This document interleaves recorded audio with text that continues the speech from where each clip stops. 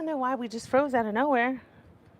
Sometimes it can freeze and I can catch it and go out and come back in, but it was not having it this time. It was like, no, no, no, no, no, no, not having it.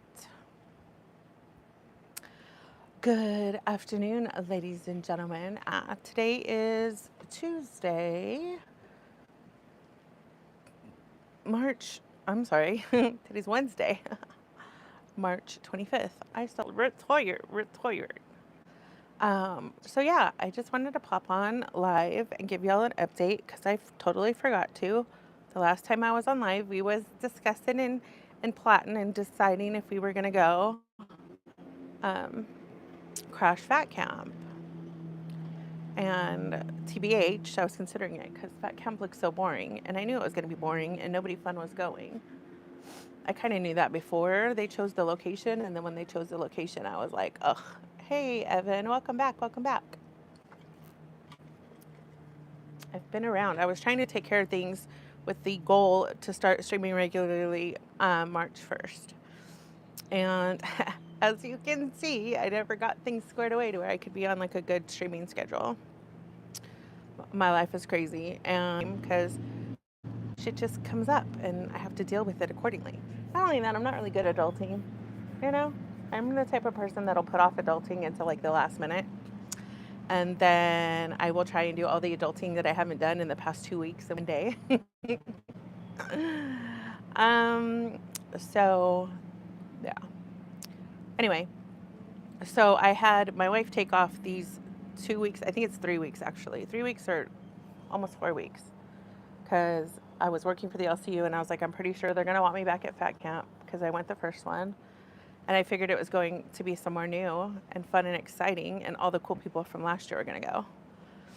And then I got fired, and then I was like, oh, well, I'm probably not going to Fat Camp, because even though I knew I could get rehired, but Keem had even said, like, hey, what do you want to do? And I was like, it's fine. Like, this time I came back, it was bullshit. I got put with shitty ass people who I don't mind fighting with every once in a while. Like, let's get our fight on. But, like, you have to have some days where you enjoy what you do, especially streaming. Streaming's fun to me.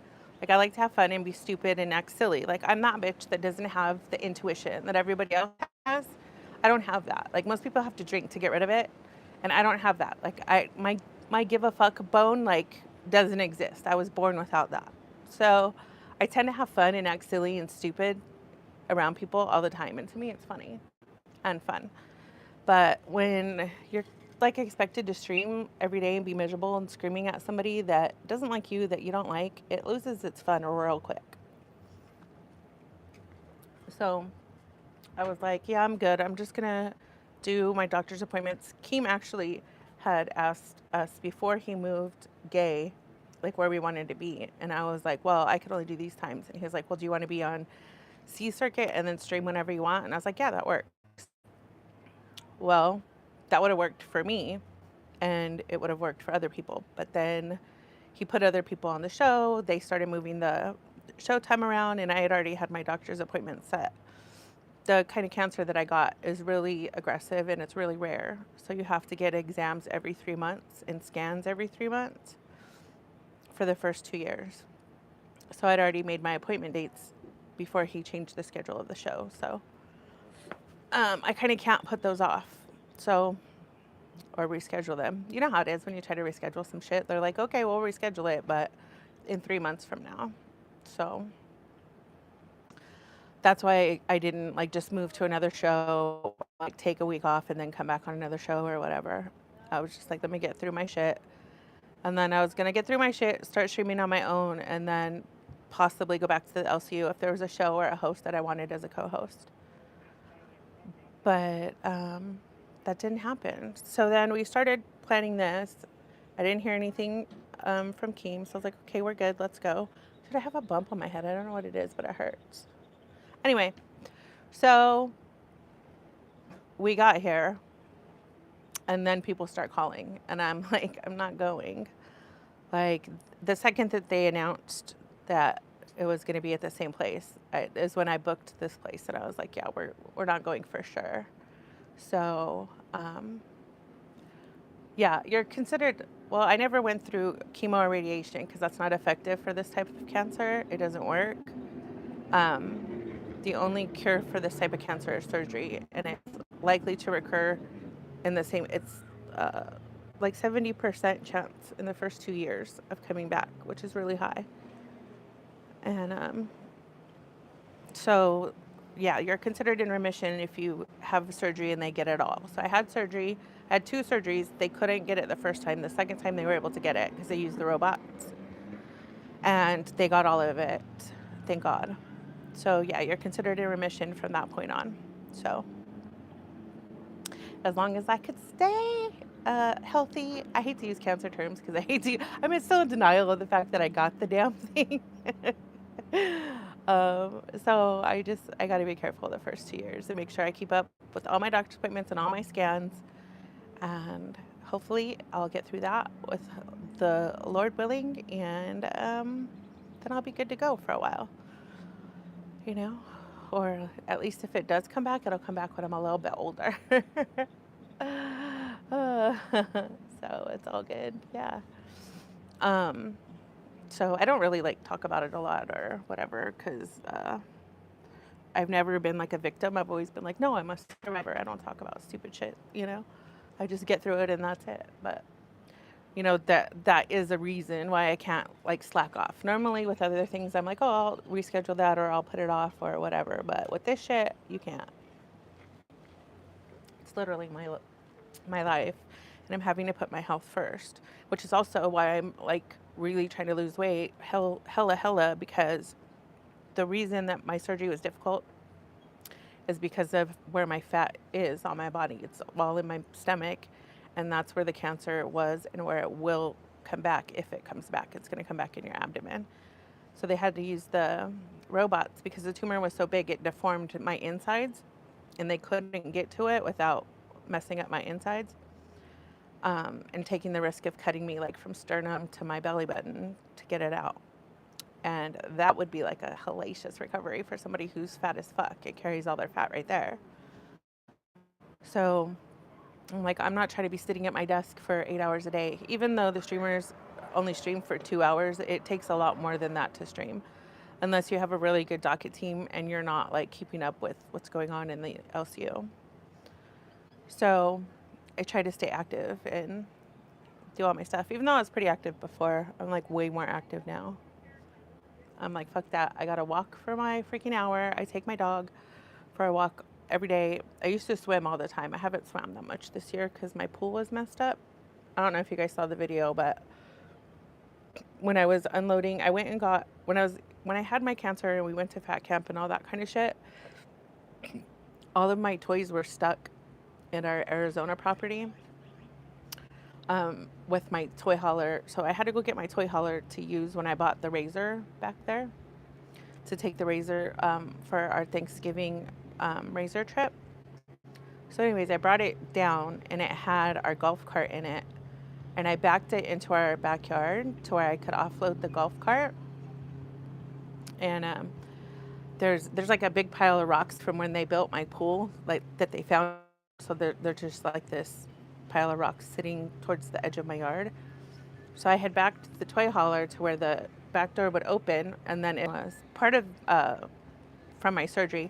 My hands have always shaked. I have like resting tremors, but I have nerve damage in both of my, it's like your brachial plexus, I think. It's your brachial nerves. I was supposed to be in surgery for 5 hours, and I was in surgery for 12 hours. So they didn't reposition me or like stretch my shoulders out. So it caused nerve damage because my nerves were pinched. This arm's worse than this arm, but I'm super weak in my arms now. So I had offloaded it, and I knew I wouldn't be able to help it down. So planned for it to roll down and hit the rocks because I was by myself. Well, it rolled down the ramp, and right when the front tires hit the ground, they turned. And so it backed up right into the most expensive shit in my yard, which was my pool equipment. So the back metal seat, like seat bottom where you put your feet, backed into my pool filter, and it cracked all the plumbing that goes from my heater to my pool filter. So I was like, motherfucker. So that happened. So my pool was broken. I called people to come out and fix it, but then we had vacations planned, and I was like, yeah, this isn't going to work until we're going to be home for a while because nobody's schedule matches up with ours. And I don't like people to know when I'm not at one house, you know? So my pool, I just let my pool go, and I needed the water changed anyways. That was going to be done this year. And so I wasn't using my pool or my jacuzzi. My wife was dying. She was coming home from work and she's like, my fucking back hurts. And I was like, okay, I'll get the pool fixed so we could at least use the jacuzzi. But so I wasn't swimming like I normally do. So we finally got that fixed last week. The only thing that's left is I got to get the salt cell fixed, but it's working fine with just chlorine for the moment. So I've been walking as, you know, an activity to do that, but I also have fucked up knees from doing martial arts and from being fat. So I had gotten these, I usually get cortisone shots in them so I can work out, but I'd gotten these gels, I guess it's science, where they can, if you have really bad bone deterioration in your knees or joints due to arthritis, they like shoot this gel in there. And that gel is supposed to act like a cushion and like some sort of medication for it. It didn't work for me. And I guess that's common. It doesn't work for a lot of people. They said give it 3 or 4 months to kick in. It can take that long. And it didn't work for like 3 or 4 months. And then when it did work, it only worked for like 2 weeks. So I was like, fuck that. So I went yesterday. We were already on vacation.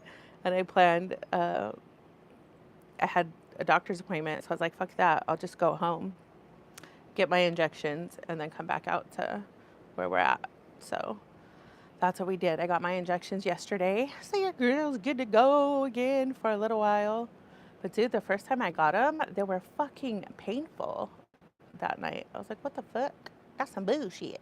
That's some booty bullshit.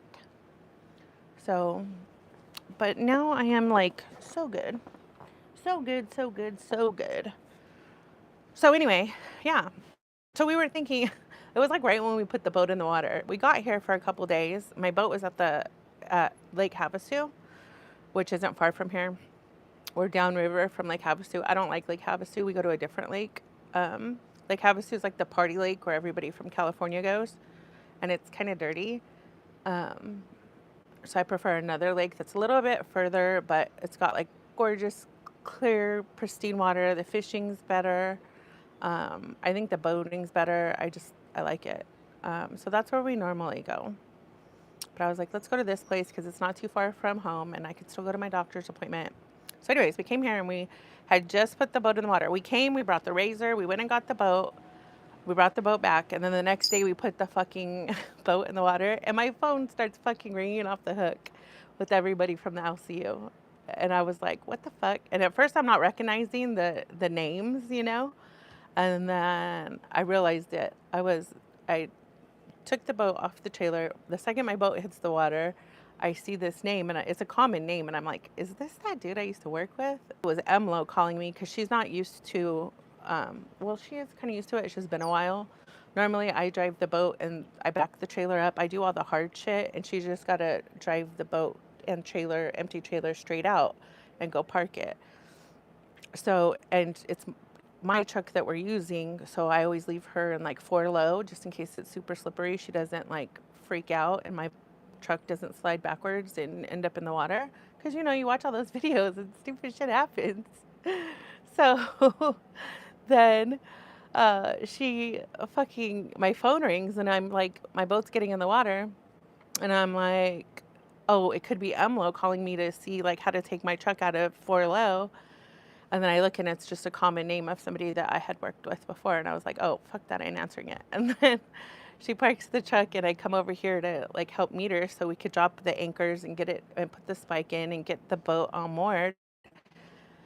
And then it rings again and it's on Discord. And I'm like, oh, got it. Okay, it wasn't from my other job, whatever. So I tell Emlo, I'm like, dude, these motherfuckers are calling me now. She's like, I fucking knew it. I knew it was going to be boring as fuck, and I knew that they'd fucking want you there.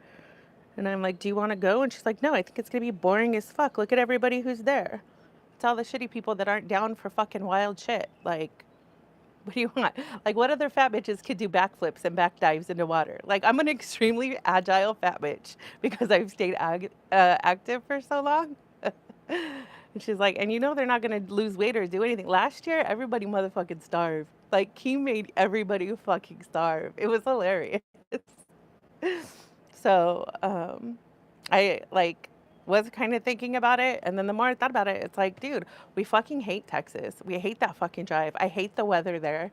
Like now, it's just gross. It's really gross. Like if you've never been somewhere pretty, you're like, oh, it's green and it's cool here. You don't expect that from Texas. You think Texas is like the desert. Half of it is, bitch. Texas is big as fuck, but the rest is like a ugly Northern California. Like, no thanks. It's like a muggy Northern California. So. Yeah. Oh, Gigi has. Yeah, I think Gigi's probably, um, she wants it the most. Like, nobody really wants it that bad. Like, Gigi wants it. Gigi's there, like, let's have fun. And I think Gigi hasn't been active for so long. So she's like, fucking, I can do shit. And she's just like, let's do shit. Because finally now I can do shit. Which is good. Props to her. But one person alone shouldn't have to motherfucking carry it. But you need people like that to feed off of, too. You know? So. Yeah, we thought about it that day, and everybody that I was talking to was drunk as fuck. So I'm like, I'm pretty sure they're just drunk, having a conversation, and we came up. So they were like, oh, we should invite those fat bitches because they're fun, and we could fuck with them. But I was like, I doubt they're gonna call sober, and I'm not gonna worry about it. So I was like, I'll put the live up and pose it to the people and see what they say. And then there's people like in Discord thinking I'm going to. I'm like, I'm not, and I haven't said that I'm not. Maybe I should say that I'm not so that people know. Nah, Zita's still in, I'm still on the Arizona, California border, bitch, at the river. I'm at the Colorado River, bitches. And I'm in a place called Parker, Arizona. The water is cold as fuck, but it's fun as fuck. It's like cold, like when you get in and you're like, holy shit, that's freezing, but it feels good. Like once you're in, you're like, it's good. You're from Texas and live in Colorado now, so I feel you. Yeah, Colorado is really pretty. Colorado, Wyoming. What else is pretty up there? There's parts of Utah, like Moab and all that up there in Utah. It's really pretty. I had actually, when Keem was talking about postponing Fat Camp because he didn't know where he was going to have it, I sent him a place to have it that was in Southern California. And he was like, it's too hard to get anybody to Southern California. There's a lot of people that are driving. And in my head, I'm like, who the fuck is he trying to get there? Like Amber? Amber's not going to come. I mean, she might have come if I would have been like, bitch, and we could have planned it to where her and her girlfriend could have come with Marina and I. But, and in my motorhome, I know she would have been. But my older one, that shit's built like a motherfucking tank, bitch. Like, we could be at war with this bitch. It's fucking all steel, and the toilet's fat people friendly. It's not like in a little corner, and it has a little, what are they called? A bidet. And it would have been a fun little lesbian road trip. So, yeah, everybody's like, oh, Amber came to the LCU because of Sweet Tea. No, she didn't. Amber reached out to me before Sweet Tea was even in the LCU last year at Fat Camp because she was like, bitch, you fat. How you doing all this shit? You're so inspiring. Oh, my God, I'm such a fangirl. I'm fangirling right now. And I was like, oh, well, I've known who you are because I'm a fat bitch on the internet, and you can't be a fat bitch on the internet without hearing about other fat bitches on the internet. So, and if you watch Amber and when I was in the universe as to now, you'll see that we're a lot alike. And you know how people with BPD are, they pick up on people's personalities. So it's like she's been like all whiny and she's playing victim ever since I left. I'm like, I need to come back and be a villain because this bitch needs to find her.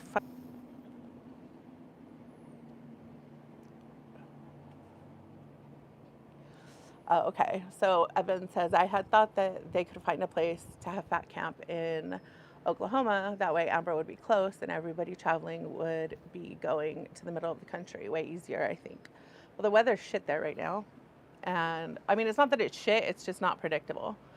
But yeah, Amber wouldn't go even if it was next door to her house. If she didn't have the right people there and the right support there, she's just that way. She wouldn't even do live streams on her own channel, which some people are just that way. They're just high anxiety, fearful of everything. Like, they just need to be around people who have balls 24/7, 365 to push them the right amount, but not really push them, but just kind of lead by example and talk them through it, and then she'll do it. But I think her girlfriend being there the whole time would be something that would need to happen. But yeah, I think honestly what I think, and I hate when people try to tell Keem what the fuck to do or how to do his job, but in my mind, I think if he would have spent the time planning fights from the LCU and Girl World, like internet fights around this time, I think it would have been way more entertaining and way more, like, he would have made way more money, right? It would have created so much more excitement. And so much, and think about when the fights are over, like whoever lost, they're gonna get fucking shit talked to them until the next fights. So, right? Evan says, I just feel sad for her. She's sitting in her bed while everyone's having fun together at fat camp. Where's 2027 is going to be a different story if it does happen. Like the audio, even for fat camp, it's unwatchable. Where they put the microphones now in that room, that like the pool house area where Glammy got married in. The audio is horrible. And it could be fixed by just taking that banner that's behind them and putting it in front of them, so the sound doesn't go all the way to the empty room. I mean, it would at least dampen it a little bit. It's crazy. But it is what it is. So I was like, I mean, I got my wife convinced. I was like, that's going to be the hardest part, is to convince my wife to go. Because honestly, she's got to do the brunt of the work. You know, she's got to be the one to get in the water and undo everything she'd done. Like, our camp was just set up, you know. Setting up camp is not easy, especially when you bring all your toys. As you could see, our razor is still on the trailer. I was going to take it off today and go out for a ride tonight, but it's kind of windy. I don't know. We'll see. We're still here for like almost another week, I think. So, but the more I thought about it, I'm like, dude, that drive is so miserable. We're going to be driving more time there and more time back than we're going to be staying there. And who do I really want to see there? Just Billy and Mike. That's really it. And I mean, don't doubt me and believe me when I tell you, pissing Xylee off by showing up, that would have made my heart melt. But Emma was like, she's going to be just like she was last year. She's just going to kiss your ass to your face and then talk shit the second that you leave. I'm like, yeah, I know. We know how she is. She's a weak little bitch that fucking wants to pretend gets real. Xylee gets real. That bitch is fake as fuck. Fake as fuck. And she cries in Keem's ear.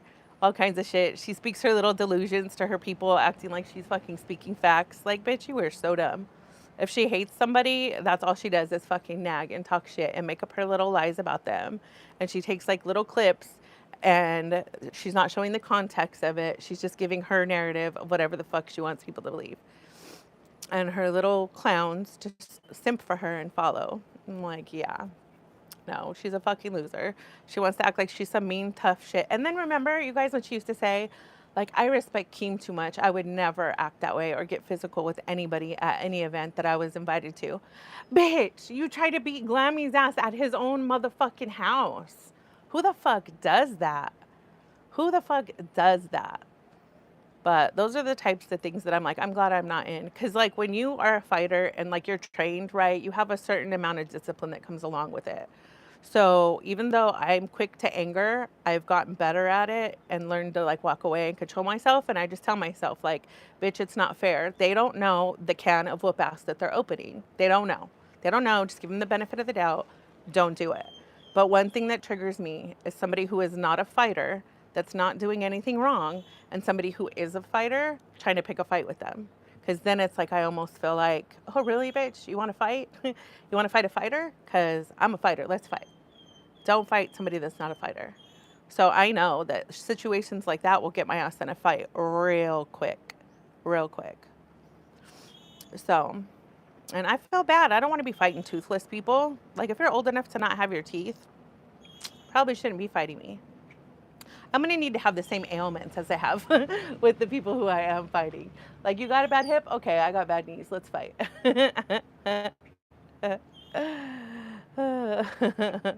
Right?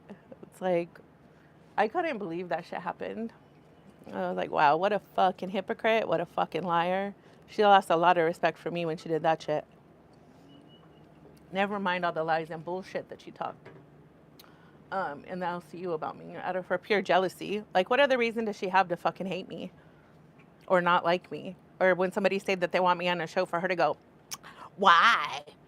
Zita, why? Before I came back. Like, bitch, why? Because I'm funny as fuck and I'm entertaining when I want to be. That's why. What the fuck do? You're a fucking laughing soundtrack. With your fucking annoying ass voice. And her fucking content isn't even content. Like, bitch, you don't even bring personality when you're reviewing other people's content. Like, the people in Girl World who do that, like Yaba, for instance, the support group, she's a reactor. She watches other people's content, but she adds to it because she has a fucking personality and she's funny as fuck. And she'll tell stories, or she'll, like, relate things to one another, or she'll fucking jaw back from, like, she'll do callbacks from things that have happened in the past. You fucking do nothing, bitch. And I love that Josh is now fucking getting sick of her, just like everybody else does. She's fucking so uptight. So uptight. Like, bitch, you have no business even working in this universe. I'm glad Keem felt bad for you and gave you a job so you could keep his little timestamps for him and keep track of the fucking nonsense that you do. But has he ever needed it or used it? No. He likes to make you work and then just shrug his shoulder and go, you're rehired. You're not fired. So, whatever. She loves that her little barren uterus that fucking a bunch of young adults call her mama. Mama Xylee. Like, bitch, I don't need somebody guiding me. I don't need somebody fucking holding my hand. Okay? Fuck, I'd rather fail at the internet 20 times over than to call you Mama Xylee. The fuck?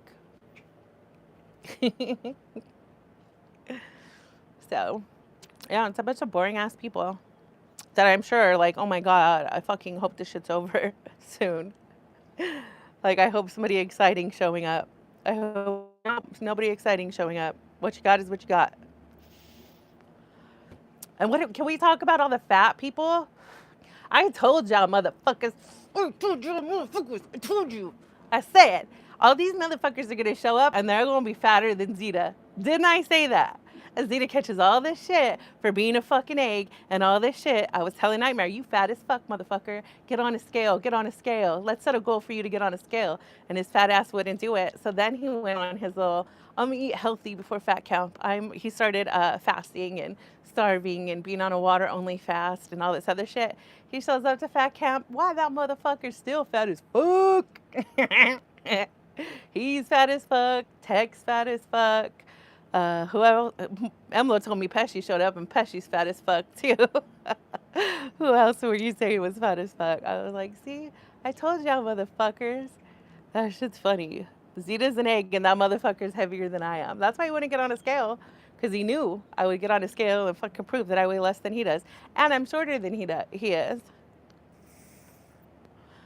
And what? Which is fine. Like, I don't give a fuck. Like, to me, I don't think, like, oh, skinnier is better. It's the whole reason why I am who I am. Like, I think you could still be a badass person and be fat as fuck. Most fat people are funny as fuck and entertaining as fuck. And I'd rather be considered one of the fats than one of the skinnies. Because if I was skinny, I'd be an angry, bitter fucking bitch. Be like, what do you mean I can't eat ice cream if I'm fucking craving it? Hell nah. I want to be able to eat what I want, say what I want, and do what I want. Fuck. I'm fat and can eat tacos. Shit, that keeps me nice, girl. You take away my tacos, we might have a problem. We might have a little problem. So, yeah, all these fat motherfuckers. Here, let me put y'all up a little bit so I could stand up. Oh, where y'all at? Where y'all at? Where y'all at? Pull this shit out of my thing. Here, go tell everybody. Zita's in her fucking bikini again. Oh, my shit's falling. Don't fall. Don't fall. Don't fall. Well, it won't let me turn it this way. Let me find another flat ground. There we go. Oh, Zita's in her bikini. She's fat as fuck. Oh my gosh. Look at Zita. She's so fat. So fat. Like, dude, I have a fucking gut. And what? These motherfuckers are like 300 pounds. I'm like, are you joking me right now? Are you joking me? Talking their shit while they're 300 pounds. Ooh, 300 pounds. I lost my drink. Drink down. Like, come on, people. Get your life together.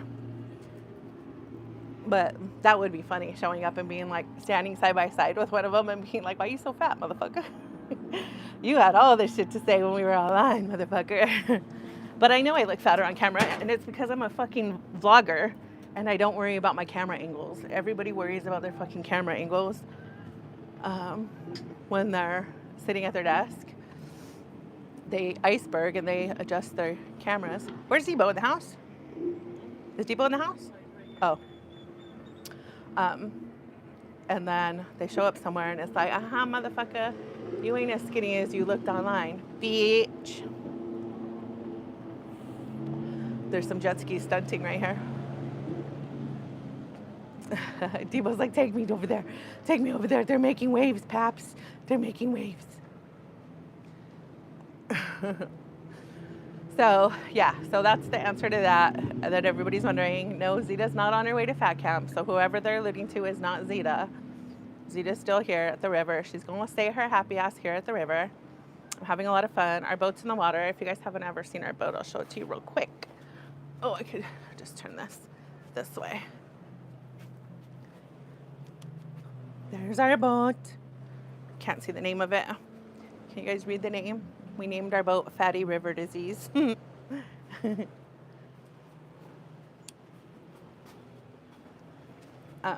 were saying they're having some sort of like jet ski races or something. I need to move this table because every time I sit down, I keep knocking it over.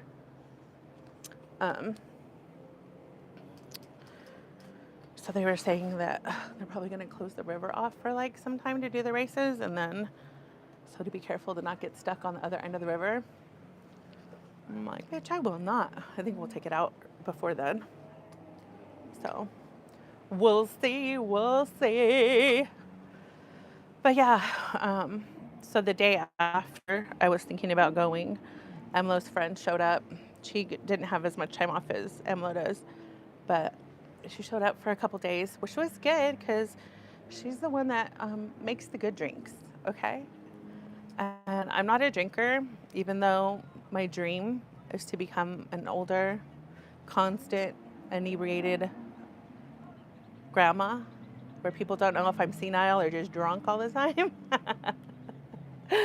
So her friend always has like these good tasting drinks for me that are strong, but like taste like there's no alcohol in it. So I was like, fuck, I can't remember the name of it. And she's like, it's called a pecker wrecker. I was like, oh, that was my name in high school. I'll never forget it now. Hello. So there's a river. What's the other one? River Ripper, and then a pecker wrecker. So, but those ones are really strong. They have like 4 different types of liquor in them. But she turned me on to some shit she was making me at her trailer the other day. And so I bought all this stuff to make it now that she's gone. So thanks, girl. If you find this live stream, it's working, girl. It's working. I'm actually able to drink now. Normally I take like 3 sips of something and just hold it all day. And I don't do anything with it. So, yeah. We're just hanging out at the river. We didn't even take the boat out today. I just kind of laid out a little bit. And I need to get some chapstick with fucking SPF in it. Apparently, my lips are super sensitive to the sun. I got like sun blisters on them. And I never noticed it because the chapstick I have in my pool bag has SPF in it. But the chapsticks I have over here are just like those little EOS ones, and I don't think they have SPF in it. So I've done 3 Walmart orders, and all 3 I forgot the fucking chapstick, the most important thing. Don't worry, people. I got like trash bags, but I forgot my chapstick. So I'm trying not to make another Walmart order today. I'm going to try and at least wait till tomorrow. And I got to think of something else to order, motherfucker.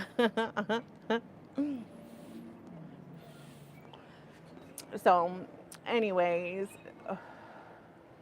that's about it. I didn't see what Gidgy was saying when she was in here. I just seen somebody say hi, Gidgy. Gidgy's been the MVP for real. She's been entertaining. Really? I don't know how she works with Tina. That's crazy. I could never. It's so funny because a lot of people think that I wanted queens, and I didn't want queens with Tina. But I knew that Queens was Tina's show because they made the show for her.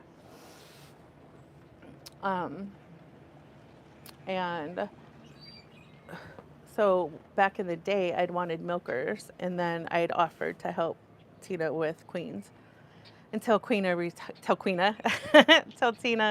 retired or moved to another show. Then I'd want Queens, of course, because hello, I'm a fucking fat queen. I'm a fucking low-cal queen. How else do you define me? I mean, low-cals are just low-cals, but low-cals that fucking do shit, that have shit, that are living a life, that's a queen, bitch. I'm a fat, like, fashionista. When I want to fucking look good, I look damn good. But I'm not the type of bitch that cares if I look fucking great 24/7, 365. Like, I never wanted to be like that. So I always make sure people see me without makeup, and often enough to know, nope, that's just what she looks like without makeup. That's just how she be looking without her war paint on, motherfucker. Fabian chick that has a Fabian chick that has a fucking mouth on her. So if I don't, and I don't believe in cancel culture, if you fucking, nope. I say some out of pocket shit, and I hope that people try to cancel me, because that shit makes me die inside with laughter, not any other way. So it's like, if I don't fucking belong in the LCU, then I don't belong anywhere. So I'll just keep doing my own thing on my own, okay? I don't really care.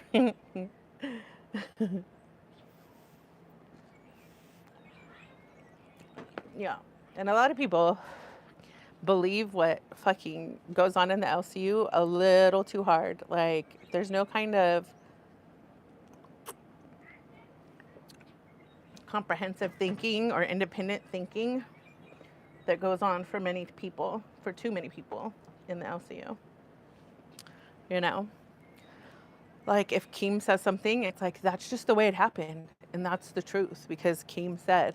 I'm like, you guys know who Keemstar is, right? He loves drama.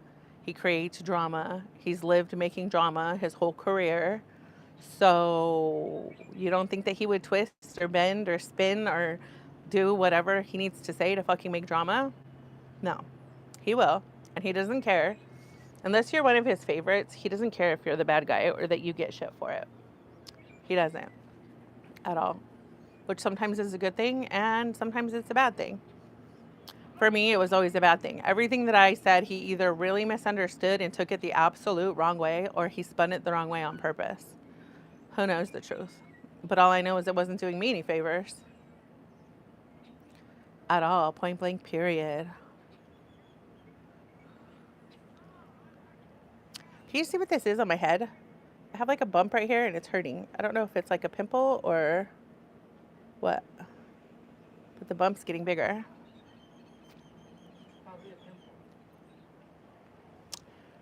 You think? That's a weird place for me to get a pimple. Normally I get them on my chin from sunblock.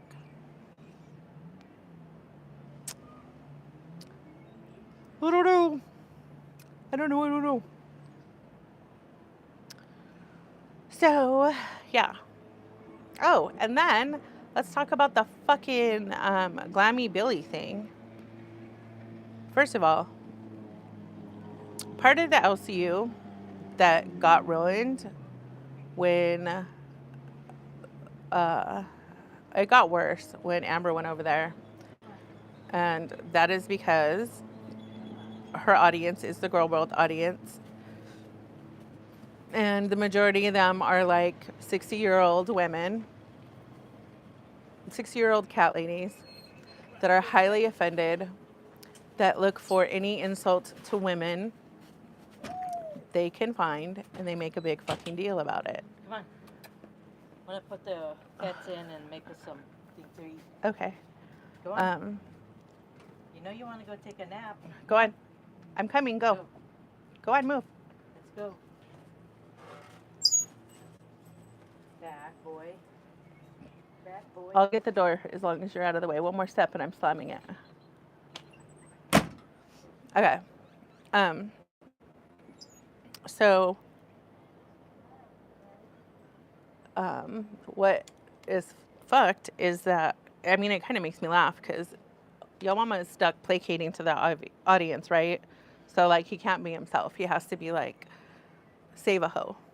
He has to fight the same fight that those women like because that's his audience, right? He has to placate them. Or if things don't work out with the LCU, then he has no audience anymore. So, because, I mean, do you really think that Yo Mama gets offended when a woman, like, gets hit or anything happens to her? You know, he'll say this shit like, I have 3 daughters. That offends me. Oh, really? You have 3 daughters and you're a parent? But you could say some despicable shit about a fucking horrible, horrible trauma about another little girl without fucking thinking twice because you're in an internet slap fight. That's crazy. So that tells me that what you're saying is simply for your audience, bitch. Like, you could tell, like, how people are by the way that they act and what they do, not by what they're saying. So that whole audience that's over there wants to make allegations out of things that are not what's going on. So I guess I hadn't seen it, but I looked it up yesterday. Glammy was drunk and fucking around, and Keem had asked, like, for some ranch dressing to do something to somebody on stream, and I guess Gidgee handed it to Glammy to give to Keem, and then instead Glammy just took it and walked along the back of the couch while Billy was sitting on the couch, and she was pouring ranch all over the couch and Billy and all kinds of things. And Billy grabbed her shirt, pulled her down onto the couch, and then put his hand right here on his chest and said, like, I will fuck you up. So people start crying that is, hi, how are you? I can't really see. Shauna. Hi, Shauna. Yeah. So then people are, like, losing their shit, saying that's domestic violence. First of all, that's not domestic violence. I don't care who the fuck you are. That is not domestic violence. But first of all, Billy is not, like, when people see fat guys, they think, oh, he's fat. He's going to be desperate for any kind of attention from anybody. And he's going to give the best hugs because he's fat. He'll be nice to me because he's fat. And it's like, no, motherfuckers. There's some people out there that are just fat. They've lived a fucking normal ass life. They're not desperate for attention. And they're going to act like a fucking normal person would. Okay? And Billy's that type of person. He's been through some shit. So, and he's not soft. He's not a soft person, just like I'm not a soft person. Like, there's some people that will just want to be nice and be favored and be liked no matter what. Soft. Bitch. He's not soft. I'm not soft. We've been through some shit. So for him having boundaries and being like, bitch, quit being dumb, or there's going to be a problem. Down. But not only that, when you get pissed off, and I had this conversation with Wings when he was kicked from Fat Camp before. There's people that we get, when we get angry, we don't care. We just need to release that anger because we weren't given the tools on how to manage ourselves and our actions. We either avoid those situations or we just react. And I have gotten to the point to where I can avoid those situations. I can see them coming and I'm like, peace out, Zita, because if you stay here, it's going to get ugly. And so Wings put up with a lot before that incident ever happened. But the difference here is that why are you guys crying domestic violence when Billy and Glammy don't live together? That's the main determining factor in domestic violence, is that it's domestic, bitch. They're not a couple. They're not relatives that live together. They're not roommates that live together.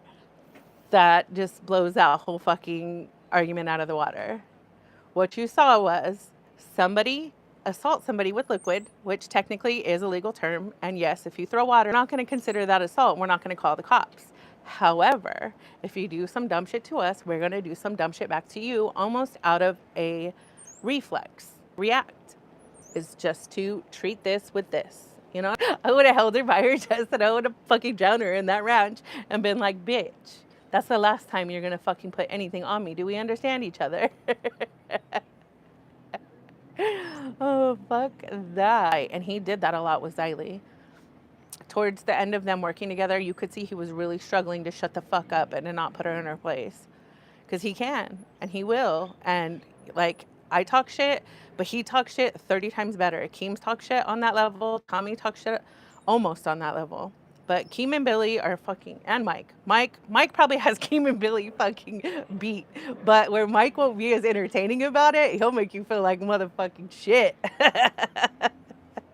But at least Keem and Billy try to make it funny. Mike don't care. He's aiming to kill. His fucking tongue is a fucking dagger, dude. So, yes. I've said it publicly before. I'll say it publicly now. Wings, I was always Team Wings, and I'm Team Billy. The reason I was Team Wings is, you gotta hear me out. Hear me out, hear me out. First of all, I'm the only person that reached out to Wings after that whole situation happened, like right when it happened. And the first thing I sent was, hey, I know you weren't planning on making this long ass drive. If you need somebody to talk to you to keep you awake while you're driving, please call me or pull over, get rest. Please take care of yourself. I don't want you and your wife to get into an accident because you were forced to leave where you planned on staying. And he was like, okay. He's like, I should be fine, but I'll let you know, blah, blah, blah, blah. And then he sent me messages like, hey, I'm getting shit from the internet. What should I do? And so I told him, I'm like, you know how it is. The internet saw something and they're going to turn it into something that it wasn't. I think maybe like some counseling, some therapy. You need to learn the tools to walk away or whatever. But dude, this is what Wings went through, okay? So he came back to the LCU. What happened? Keem said, you need to get off your medication. You're not as happy. You're not as entertaining as you used to be. You're too evened out on your medication. You're too leveled out.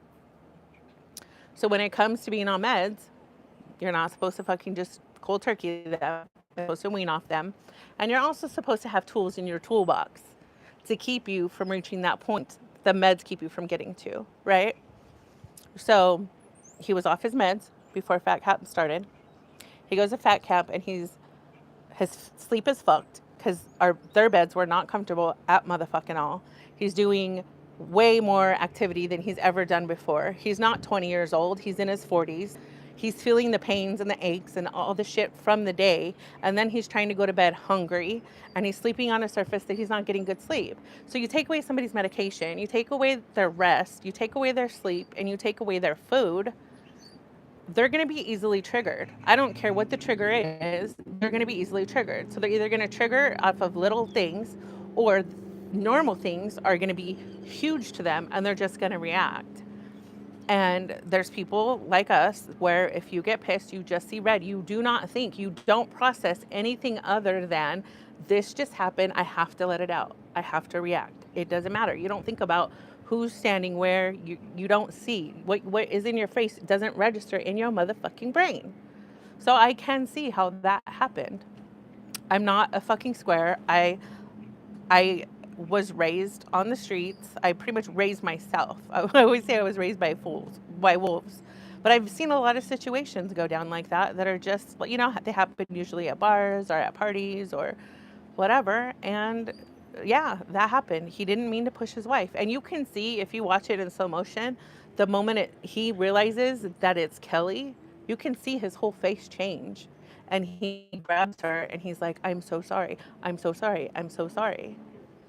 So, um, who are we to say? Like, we don't live with them. We don't know what's happening. And only Kelly knows, only Wings know. And Kelly is the only person who can get help when Kelly just decides she needs help. And I don't think Kelly thinks she needs help. So that tells me nothing's going on.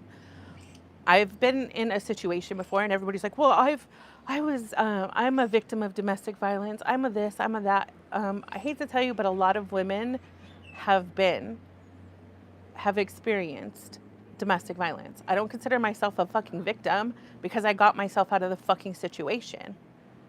You know what I'm saying? To me, like, I'm a survivor. Like, I've been through some shit. And nobody saved me by being an outsider and crying on the internet about it. Right? So, and if anything, it could make things worse. Like, shut the fuck up about it. And if you guys want to know the whole truth and nothing but the truth, so help me, Jesus, motherfucking Wing, what originally pissed Wings off was people insulting his wife, was Keem insulting his wife and calling his wife, who's close with the Lord, a liar in front of thousands of people. To me, that's not somebody who abuses their wife. If you're going to question my morals, the morals of my wife, and I have a problem with that, that doesn't mean that I don't care about her. You know what I mean? Moon says, never fully cared for your behavior in the LCU, but you're absolutely right about this one, Zita. Many of us have gone through our shit. Not a single time is the same as others. Exactly, Moon. And if you don't like me in the LCU, like, that's fine. And that's the part of the problem. In the LCU, you don't get to see 100% of me, right? You just get to see me being a crazy, like, bitch and talking shit to people who are talking shit to me, or that don't know me, and I'm like, why the fuck? Or usually the people that I usually care enough about to talk shit back to, it's because I've met them in real life and they absolutely liked me and adored me and wanted to be my BFF, and then they got back to the LCU and they were like, fuck Azita. And I try to find out why. Like, what did I do to you to make you be like, fuck Azita? Can you explain that to me? And when they can't, that's when I go in. And that's when I'm like, fuck you. Because that gives me a reason to respond. Normally, I don't care about anybody enough to even care. Like, if you hate me, then hate me. Because, like I say, you're not feeding, fucking, or financing me. I don't give a fuck what your opinion is of me. But if we were friends in real life, or if I met you in real life and you wanted to be friends, and then all of a sudden I'm just some horrible person, fuck yeah, I'm going to call you out on it. And then I'm going to hate on you twice as hard as you're hating on me. So, it is what it is. Moon says, it wasn't the shit talk. I love a good rage stream and good shit talk. I disagreed with the entitled arc. Well, I kind of got stuck in there and the entitled area. And, like I said, Keem tells the audience what he wants to tell the audience. And it's like everybody's going to... Those people don't care about you. You're just some random bitch on the internet, right? So in my case, like, I'm a random fat bitch on the internet. So then, like... it's especially nobody cares. Like, I'm not even human. You add the fat part to it and I'm not even human, right? So I just kind of got to play the part that I was given, and that is that I'm fucking entitled. So yeah, the voice notes that he played, first of all, he didn't play all the voice notes. He missed a couple of them, but he also didn't explain the conversation that was had before then. And then the voice notes, before that conversation happened, he'd offered me to work on Test with Nightmare and Grim. And I said, no, I don't want to come back to the LCU, especially not on Test. And I can't work during these hours, I have a lot going on with my medical thing. I have trips planned. I have this, I have that. I can only work with somebody who can run OBS as well as I can run OBS in addition to me running OBS, because I'm going to be gone a lot. You never know if my shit's going to work. And then he just started throwing me on shows, and then I find out, and I told him too, that conversation, I cannot talk about this today. I'm busy until like at least the time Rewind starts, because usually that's my schedule. My wife gets home from work around the time that Rewind starts, so we usually have dinner, watch Rewind, and then go to bed. And we are like, she's my number one thing in the world, right? We don't get to see each other very often. She works a lot. I'm gone all the time. So when I am home, that 1 hour every day is all that we spend together, and then we go to bed together. So I can't like even stay awake and stream or stream late at night because then I'm gonna get all hyper. I won't be able to sleep. And it's like, dude, if my wife, who is my provider, says, I want you in bed with me, I sleep better when you're in bed with me, I want you home, and I want your attention for an hour before I go to bed, that's my first commitment, right? Like, I don't know what to tell anyone, but that's not going to change. And so I was pissed because that he already made a decision without me, one. So no matter what move I make, that makes me look like a dick. Whether I say I don't want to be on the show, whether I say I don't want to work with those people, whatever. And then he's announcing it to people before I even know. And then I'm trying to have a conversation with him while I think I had this rig. I did have this rig. And I was dumping the tanks and I was flushing the tanks, which is something you have to be completely focused on. I don't know if you guys have ever seen that movie. I forget what it's called. It's like some RV movie where the guy's flushing the tanks and a bunch of poop water shoots out from the top of the rig. That's a real thing. It happens if you're not paying attention to your tanks when you're flushing them. So I was flushing the tanks. I had the propane guy come out. You could even hear me in one of the clips, like tell the guy just a minute because he's distracting me. At the same time, I'm trying to send these short, like direct text voice messages to Keemstar that I can't really focus on what I'm saying. And then he goes and plays him for fucking everybody. So the reason that what I was trying to explain to him was that he's offered me, like there was a time where he's like, do you want me to cash app you $500? And I'm like, no, like, no. And then like back in the day at First Fat Camp, he was like, I'll pay Zita $1,000 not to take you to the airport. Like trying to tell somebody like that they weren't going to go anywhere because they were stuck unless I gave him a ride. And he was like, I'll pay Zita $1,000 not to do it. And I'm like, Zita can't be bought, especially not with $1,000. Like, what the fuck? And so what I was trying to say to him is that he always keeps wanting to make these fucking arrangements with me and he thinks that's supposed to make me happy. And it's like, you don't understand because I haven't drawn it out for you. I haven't showed you what I've done or what I've spent or what has happened because of this fucking universe. Because I don't come to him like, oh, Zaddy Keem, I need this. Can you buy this for me? No, you tell me I'm hired for a job starting in May and I buy the things that I need for that job starting in May. And then I don't get that job starting in May. And I've spent thousands of dollars counting on tax write-offs for 2025 that I never got.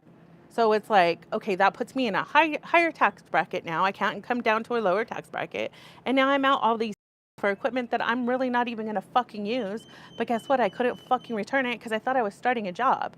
So what I meant to say was we could sit down and I could show you and we can make some sort of agreement as to like what he thinks is fair and what I think is fair as to what the fuck I've lost for the fucking LCU. Because at one point in time, everybody is going to be a bait in the LCU, right? I get my place. I get where I was the bait. Like I was the funny fat chick that was willing to go to fat camp to bait all the other fat bitches to step up their game. And that's how it's always been. And if you pay attention to the LCU, that's how it always is. When Zita comes back, all the girls, all the women try and step up their game because they're like, fuck, Zita's crazy. Zita's going to do some dumb shit. Everything that I do, they're going to try and copy. And they're going to use my face. They're going to use my name. They're going to do all kinds of shit in the thumbnail so that they can try and bring their numbers up and talk all their shit and get all their fucking, I don't know, get all their clout or whatever it is the fuck they want. But so I know that Keem is a good person when it gets down to it, and I know that he's like a negotiator. So if I'm like, dude, I spent fucking thousands and thousands of dollars. This is why I didn't want to accept your $500. What's an agreement that you think is fair? And I'll fucking walk away from the LCU or whatever. That's what I meant to say. I meant to say if we sit down, we can come to some sort of agreement and you'll be happy, I'll be happy, we'll walk away. But no, I'm fucking stupid and I was talking too fucking fast and I said fucking settlement. I'm not a fucking dumb bitch. If I'm going to sue somebody, I'm not going to say anything about it. I'm going to shut the fuck up. They're going to get a fucking notice to appear and that's it. But let me tell you something about lawsuits, okay? There's this thing called discovery. If you guys are not financially matched, the person who has more money is going to have you broke by discovery. So it's not worth suing somebody, right? I'm from California, the most litigious state, probably next to New York. Those are probably the two most litigious states in the fucking country. And I've never sued anybody for fucking anything in my whole entire life because I'm the type of bitch that takes pride in, yeah, I retired in my 30s because of me, because of my hard work, because I went to I struggled as a single mom from the time I was 14 with my first job. I wasn't pregnant at 14. I had my kid at 18. I was pregnant at 17. But I've supported myself with no support system at all since I was 14 years old. Do you really think I'm ever going to sue somebody and be like, I got all this because I sued some dumb motherfucker? No. Like, those type of people aren't the same people. You know what I mean? Like, I'm just not that way. There's only been one time I ever sued anybody, and it wasn't for money. It was to buy back my car. I bought a Camaro, a Chevy Camaro, SS 1LE, which was like their race car Camaro version. And right when I drove it off the lot, I didn't test drive it, which was my bad. But I bought a brand new car without test driving it. And when we left, a mile and a half from the dealership, it broke down. And so it took months and months and months of going through shit. And then I finally got an attorney for them to buy back my car. So they bought back a car, and then I bought another one. That's it. Michael says, love me some Zita. Love you too. I'm sorry, it's Michelle. My screen's real dim right now, so I'm saving battery. So it's hard for me to see. Moon says, come on, Zita, as well as I can run OBS, laugh my ass off. You know that's so silly. I can run OBS. And if you go back and watch older episodes of Milkers, I was running OBS. If you go on my channel, every time I'm showing something on screen, I'm running OBS. I don't stream on like StreamYards or any of the easy shit. I run OBS. But the thing in the LCU is in specifically the LCU's Discord, the different stages, even like the voice chats or whatever. Like if somebody's been in voice chat streaming and then they go in the studio, you'll see that they have to fuck with their audio to fix it because the audio settings are different. And every time you use a different stage, we'll do on screen and adjust their volume. But when I run on a Mac, and it seemed like every time I was in Studio C, it was iffy. And sometimes I'd have to leave on Discord and then come back and it would get rid of the echo. It was fucking weird. But I know how to run OBS. It's not hard. I even tell people how to do it when they're having issues. I'm like, this is what you need to do. OBS is not a hard thing to do. I don't understand why everybody can't do it. But I was just fucking having echo issues. But rumor has it, and I found this out too, that I was using the app on Discord and not using the browser. And I guess because I run on a Mac, that using the browser is better for that. And I didn't know that. So yeah, there's that.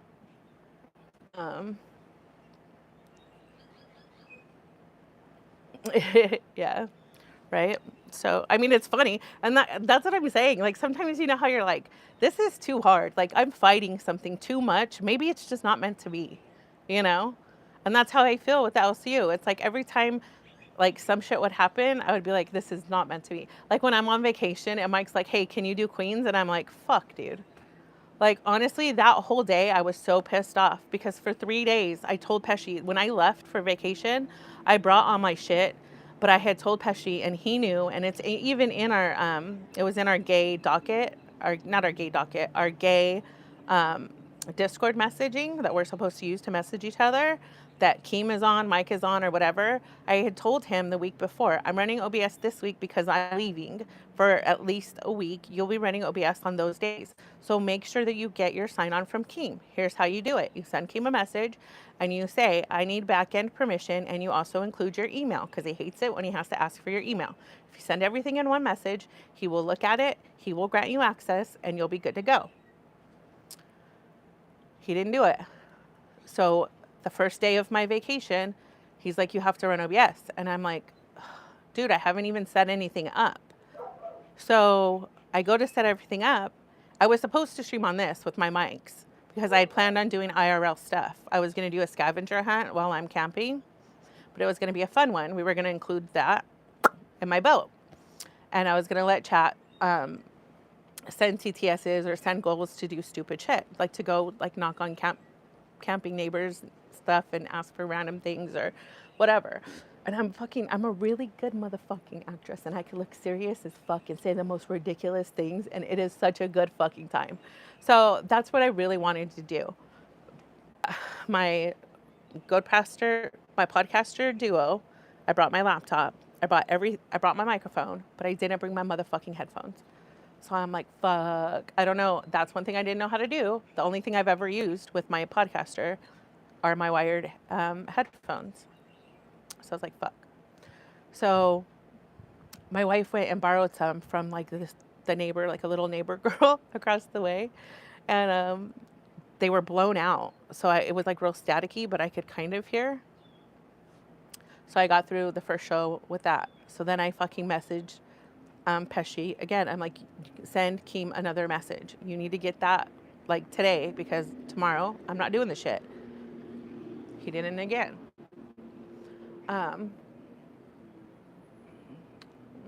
Moon says, I agree. I taught myself audio, OBS, editing, graphic design, all of it. When I started online, it's not hard. People just have to put effort into themselves if they actually want to make it in anything, right? So again, the next day he didn't do it. Well, the next day he didn't do it. We borrowed those little headphones again, and then I put in a Walmart order for headphones. I was like, oh, okay, sweet. They have Beats there. So I ordered Beats. The Beats show up. The next day, he's not ready for OBS. I remind him, send Keem a message, or I will after this, blah, blah, blah. And I go to fucking take the headphones out to get ready to stream, and they're fucking wireless. And I'm like, oh my God, I don't know how to do wireless either. So I'm looking at my podcaster, and there's an option in there to Bluetooth, but I start looking at videos, and it's all talking about Bluetoothing, like phone calls in to your call-in show or whatever. And so I'm like trying to watch videos on how to fucking use Beats wireless with my fucking podcaster, and all the videos are like long as fuck, and I'm going through shit. I'm looking for chapters. I'm like trying to get this done. I have like an hour until the fucking stream starts. And I'm like, well, I don't know if it's going to work. I followed like one fucking video, and it is what it is. Oh no, this is fucking, Mike had called and asked about Queens. And I was like, well, and I told him, I said, I think I can do it. I ordered some real headphones from Walmart. They'll be here by then, da da da da. And they came an hour before. That's when I found out they were fucking wireless. I tried my best, but you don't really know if it's going to work until you go fucking live, because you can't really like test it with Discord with somebody else in there until you're fucking live. And then, so there I was on Queens looking like a whole entire fucking asshole with a bad echo. I don't know how it sounded on Queens end. I didn't even watch that back. But in my head, it was like so bad I couldn't even talk. Like, it was bad. I was talking all slow because it's like echoing in my ear. I was like, oh, hell, this is horrible. So, yeah, that's kind of how it is. I'm like, dude, if shit like this is happening, maybe I'm fighting something that's not, you know? Like, it's a lot like relationship. If you're in a relationship and you're fighting all the fucking time, bitch, it ain't meant to be. Like, everybody fights a little bit in the beginning, but if you're still fighting like a year in, 2 years in, it ain't meant to be, bitch. Pack your shit, walk away. You're going to find somebody who looks, acts, talks, and dresses just like that motherfucker that you won't have to fight with so much. So, that's it. So, yeah, it's crazy how shit like that'll happen all the time. And then it's like I tell my wife, I said, why is it every time I settle back into my life and I'm like, not in the internet, I'm not in the LCU, I'm like, I'm fucking never going to do that again. That was a waste of time, blah, blah, blah. Then all of a sudden I get drugged back in somehow, some way. And it's not by me reaching out, bitch. It's either like some of the bosses calling, or somebody who's like calling for the boss, or somebody who wants me to do something else. And I'm like, I can't because of the LCU. You know, I signed a contract with them and it would just look a certain type of way. I'm not going to do it. And then all of a sudden the LCU will be like, hey, come back, da da da. And I'm just like, I don't know. Because it's a lot now. Like, it's a lot. Now that everybody like fucking hates me, it's kind of like, it's fun sometimes. I like being the villain, like sometimes. But when you don't get to see me ever be anything but the villain, that's where I have a problem with it. You know what I mean? Like, yeah, I can be a bitch. Yeah, I can talk shit. Yeah, I can, like, be a dork, but I can also be like funny. You know what I mean? I can also be happy. I can also do a lot of shit. And I want to have fun, and I want to be funny. I want to be able to be like 100% of myself, not just show the fucking fucked up mean side of me that's like 20%. So, you hear my dog? He's wildin'. He's on my windshield right now. Have you guys ever seen Devo do this. It's kind of funny. He this rig's old, so it has like a big like front windshield that's really sturdy, and the what is it called? The dashboard's really sturdy. So he stands up there. He thinks he's a fucking chihuahua. I tell you what. Let's go see him.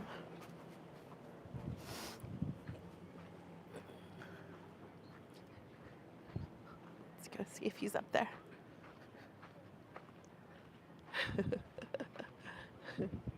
Sir. Sir. What are you doing? Sir.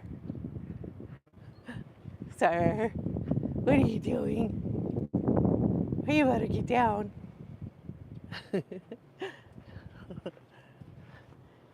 Oh, he's stuck in the curtain. He's so crazy. Him's my boy. There's my boat. If you guys haven't seen it, our boat, I should say. Fatty River disease. Let me pull this table out. Okay.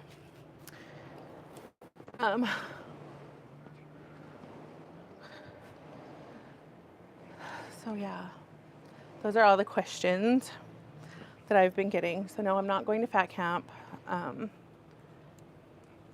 thought about it and decided against it. I really wish he would have had like fatty fights or something instead. That would have been cool. That would have been way more exciting, I think. Hopefully he will after they get married and he wants to focus on something else.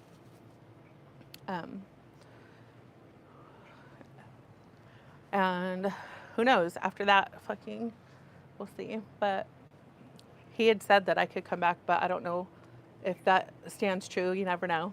Sometimes people say things and they change their minds.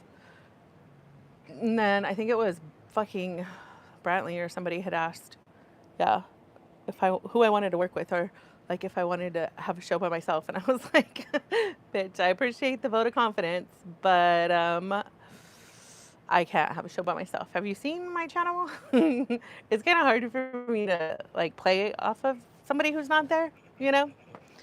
I always feel like I'm talking too much and I'm like, who the fuck wants to hear you talk about all this shit? But you do have to literally just talk about nothing to keep talking, to not have a bunch of dead air on your own fucking podcast. So, I don't know. And then I was like, oh, we'll do our own little fat camp at the river. But then Emilo's friends came and this is actually their place. They turned us on to this place. And they're like the only friends, like we kind of pick our family. And so I'd say that they're family. Because they're just really loyal, like cool ass people that are real down to earth like we are, which is really hard to find in California.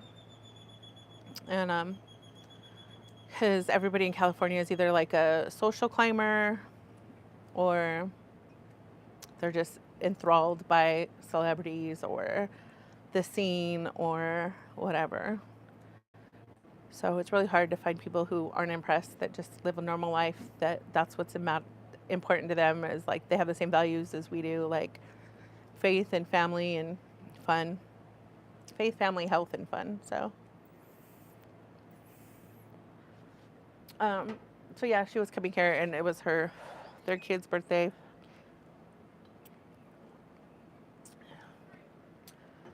And it's not cool to just put other people on camera, you know? So it's like, we're just going to have our little own vacation and have some fun and do our thing. But so the vacation, I don't know if you guys know, but like I go on a vacation every month. I get stir crazy. Like I'm one of those wild bitches to where I have to go somewhere all the time. I think maybe it's because I was like a truck driver for a long time. So I just got used to not being home. So now when I'm stuck at home, I'm like, what's going on? I need to go somewhere.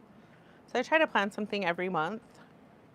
So next month I have, there's a festival we're going to go to the last weekend in April. So I'm going to try and save money to get like not a kiddie pool, but like a smaller like doughboy pool, like the above ground pools. Because it'd be funny to have that in the campground. and for my fat ass to be over there drinking drinks and listening to music. Because I'm a fat mermaid, bitch. I need my water, okay? I don't like being landlocked. So, we're going to do that. But, and then May, we're going to come back here. And then, June, we might come back here. We might go to the other lake that I like. I don't know. I'm putting my boat in for service after this trip. So I'm thinking it'll be done at the end of April for May's trip. If not, we'll come here without the boat. I don't care. It's still fun to be here. We could bring the razor, and they have like pools here, and they have a nice little bar that they make really good micheladas. Oh, girl. And so I could bring the razor and go ride the trails around here, and then we could use my friend's boat. She'll be here, and my bestie might come too. My bestie has a boat too. She was gonna come on this trip, but she was like, "Bitch, I need to watch my money right now with the gas prices in California. I ain't trying to fill up the RV." She just had surgery, so on her knee, so she's not working right now. She's like, "I gotta watch my pocketbook." I was like, "I got you, bitch. Come free. You could stay on our couch." And she's like, "Bitch, I gotta bring my new puppy." I was like, "Oh, that might be a problem." Debo's really like friendly with all kinds of animals, but if it's a puppy that's hyper, they might not ever settle down around Debo. So that might be a little bit much. But I was thinking, since the only thing I have planned in April is that music festival, I might do a motorcycle trip. Because I want to go to, I think Sedona would be a good place to go. Because I want to go somewhere where it gets too hot in the summer to be able to go to, but that'll just be like warm enough to get a tan and lay out, but not be like super hot. Whenever you go places that are like over 90 degrees on a motorcycle, it's crazy. Well, I think it's different on like sport bikes, but on Harleys, like full-size motorcycles, you're sitting on like 200 degrees of heat coming up from your crotch. So you add that to the 100-degree weather and you get dehydrated so freaking fast. You cannot like keep up with it. You can take as many electrolytes as you want to. You're still going to be getting the signs of heat stroke or whatever. So yeah, I'd like to do Sedona, I think. I want to go to Northern California as well, but we might do that like later in the year. So yeah, I just have those ones planned out so far. Where's this water here? Oh, maybe from the air conditioner. So, and we didn't even bring out my wake surfboard. I would like Emlo to get more used to like pulling people so that I could try doing it, but right now I'm the only person who knows how to pull people. She hasn't even driven the boat at all this trip. She's like, "I'm glad you're driving it because it was choppy today." There was like only one area that was choppy. So like I try to teach her like what I do so she'll feel more confident in driving the boat, but she's very happy being a passenger princess most days.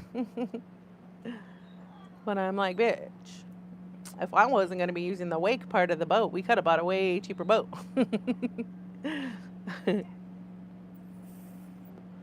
But, oh, and then July, we have 4th of July planned. I don't know if I'm going to go, though. My son invited us to the lake that I don't like to go to. All of him and his friends go to that lake that I don't like to, the party lake, for 4th of July, which are with the same people that we were with for Thanksgiving, which their parents and their kids are cool as fuck. Like, that's one family that it's not Gen Z. What's the next generation after that? Is it the silent generation or some shit like that? Let me see. Let me look it up because I don't know.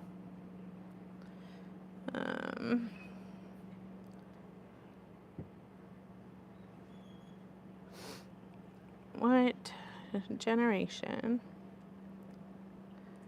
if you were born in... Bless you!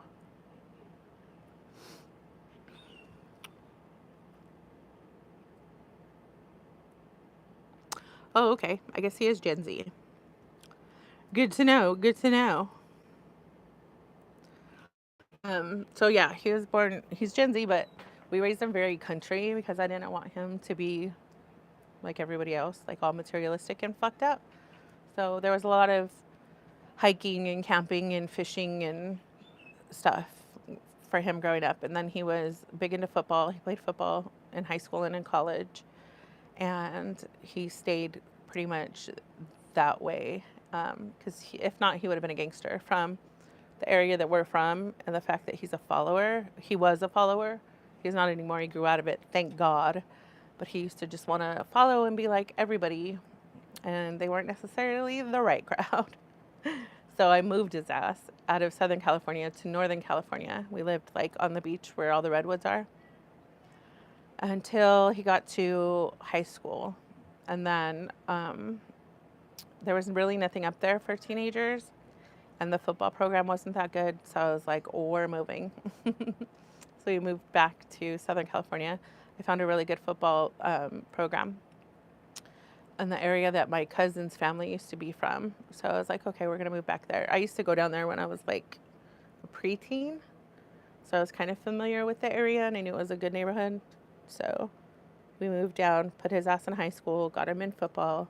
And he, thank God, like has stayed pretty like based, pretty down to earth. And he works hard and he's a productive member of society. And that's all the fuck I care about. Like most people are like, oh, I need my kid to go to college. I need them to get like this degree, that degree or whatever. I was like, I just need him to be better than I was. Just do better than I was. Just don't get anybody pregnant as a teenager. Just graduate high school like a normal person. If you go to college, cool. We'll support you. We'll help pay for it. You can live with us. Like whatever you want. But, so he kind of did his own thing. He stayed in college for a little bit, and then he was like, I don't like it.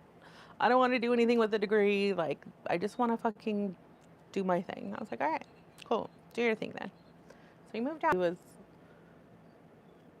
He made me wonder for a little bit. If all the kids that... I was a little worried. But anyway, he's good. So we might do that in July. I doubt it, though. So I don't know. There's a lot of things I could do, honestly. And then usually in September we go to Sturgis. To the Sturgis motorcycle rally, but I don't think we will this year. One, that's a lot of money. And two, okay, that's another thing. So this last time I was hired at the LCU and I was trying to run when Keem very first added Kick and he was like, okay, you guys got to dual stream. So the first time I ran OBS after that and I was trying to dual stream, my Mac was like lagging. And Phantom had told me, you might not be able to dual stream because Kick requires for you to do like 8,000 megabits per second. And I have an M4, so I don't know if it'll work with an M1. Well, my first stream, I found out it didn't work with an M1, so I wasn't streaming on Kick. And then I told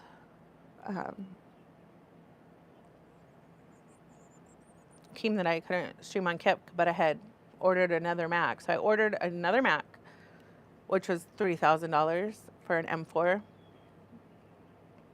I ordered another Mac, and I also had ordered the very first time he told me that I was hired back before I upgraded the Mac, I bought the Duo because I have a Podcaster Pro at home, which I bought last year. I'm not making that back from the LCO. Point blank, period. I'll be surprised if he remembers to pay me for February, honestly.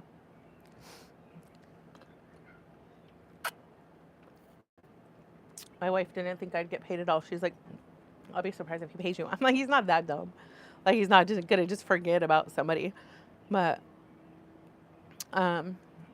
his brain is a lot like mine, which is crazy because I thought he would understand out of fucking everybody that when you have ADD or you have ADHD, like sometimes your brain's thinking about something else while your mouth is still going. And sometimes what comes out of your mouth is the wrong fucking thing. And most people are like, oh, okay, she does that all the time. No. Or like people's names. I'm so bad with names, which you would think I'd be better because I have a weird name. I have a name that's odd. So you would think that names would be important to me. They're not. I forget them all the time. I forget, like, unless I've sat down and had a deep conversation with somebody face to face, I'm going to forget your name and I'm going to forget who you are. Just because I'm like in my own little world. My brain's busy all the time. And Keem's the exact same way. If you're not in his face telling him something, he's going to forget. So you would think he would be like, oh, her brain fucking works like mine. Duh. But no. And then, I don't know if you guys caught it, but when I very first started Rain with, not because it was Thick Gemini, because it was the time and it was a new show. And then Thick Gemini left, and then it was Kimmy and Denmark on Rain, and I was supposed to go on Rain. And then Denmark, I saw potential in Denmark. I thought we would do like really good together, and him alone too. He's funny when he wants to be, but he just was not taking it seriously, and he was drunk and passing out on stream and doing fucking stupid shit. So I called him out on it, and then he ended up, I guess, fucking, he didn't like the troll that I did. And so then he was like, I'm gonna quit. Wah, my pussy hurts. Meh, Zita hurt my pussy. Wah, I'm quitting. Wah.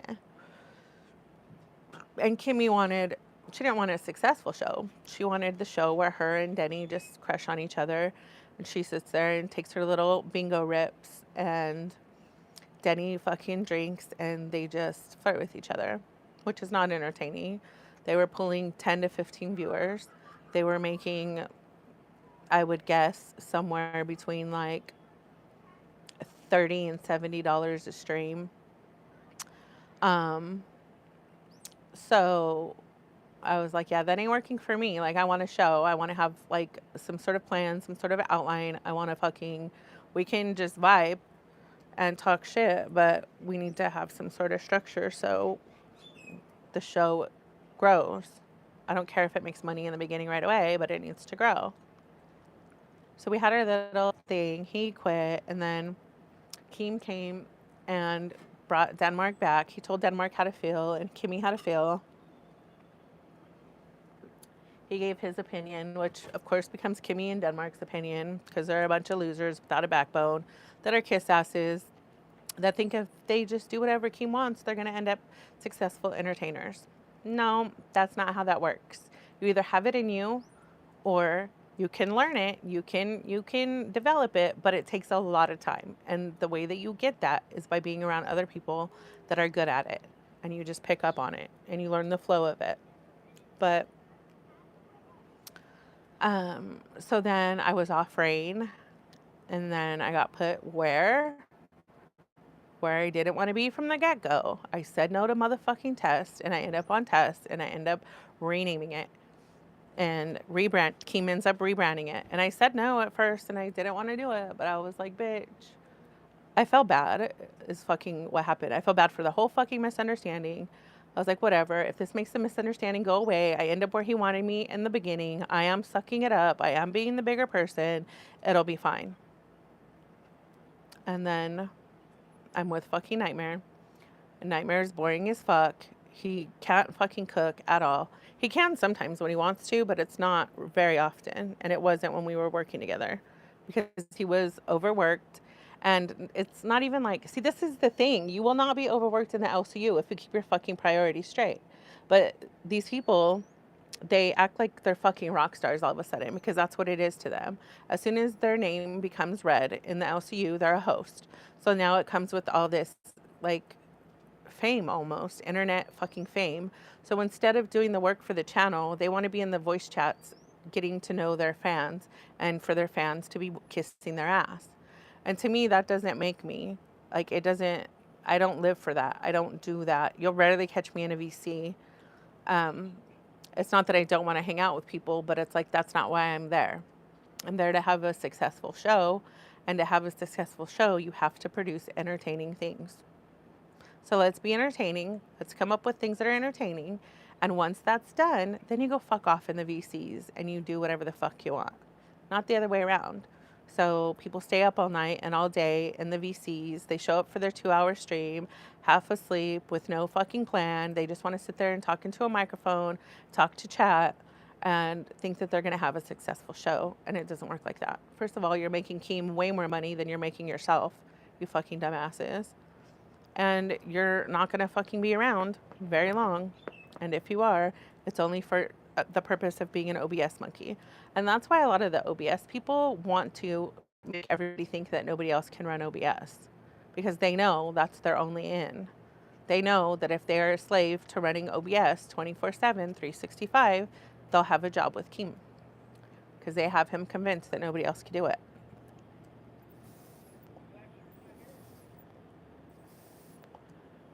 That's why I would get pissed when people are like, Zita can't run OBS. I'm like, bitch, I did.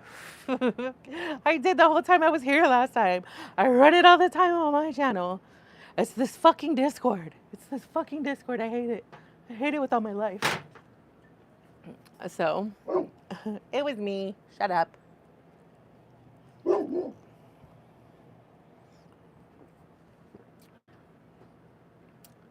So, that is that. And then you have all these other fucking ex-hosts. Like, all they do is talk about the fucking about the LCU. It's crazy.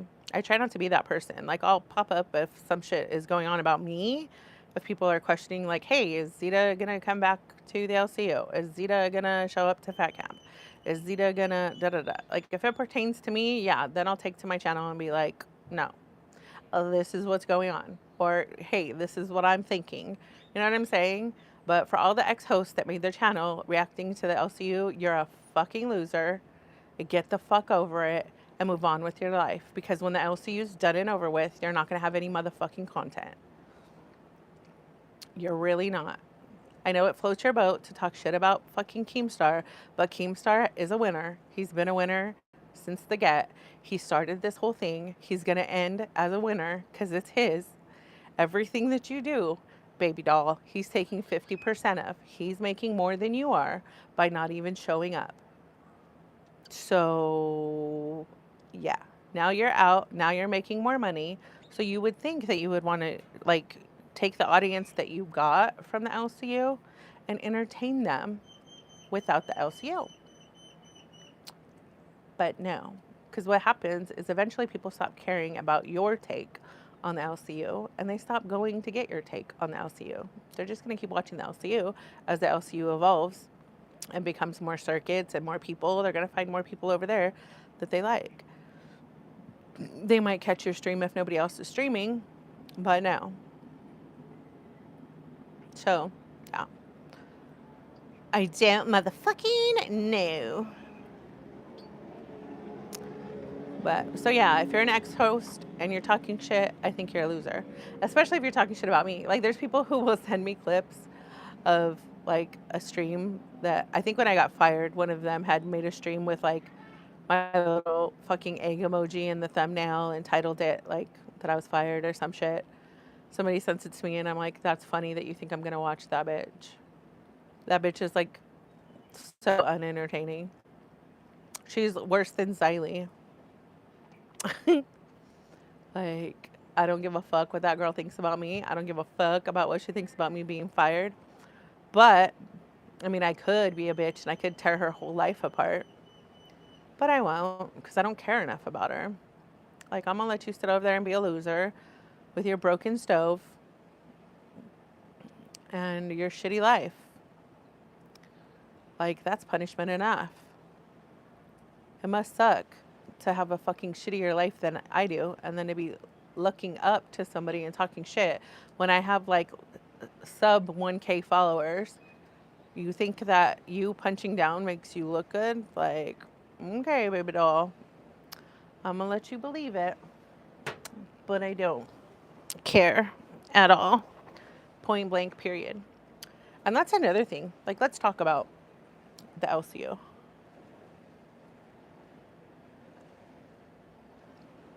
People in the LCU will literally try to get you to agree to things.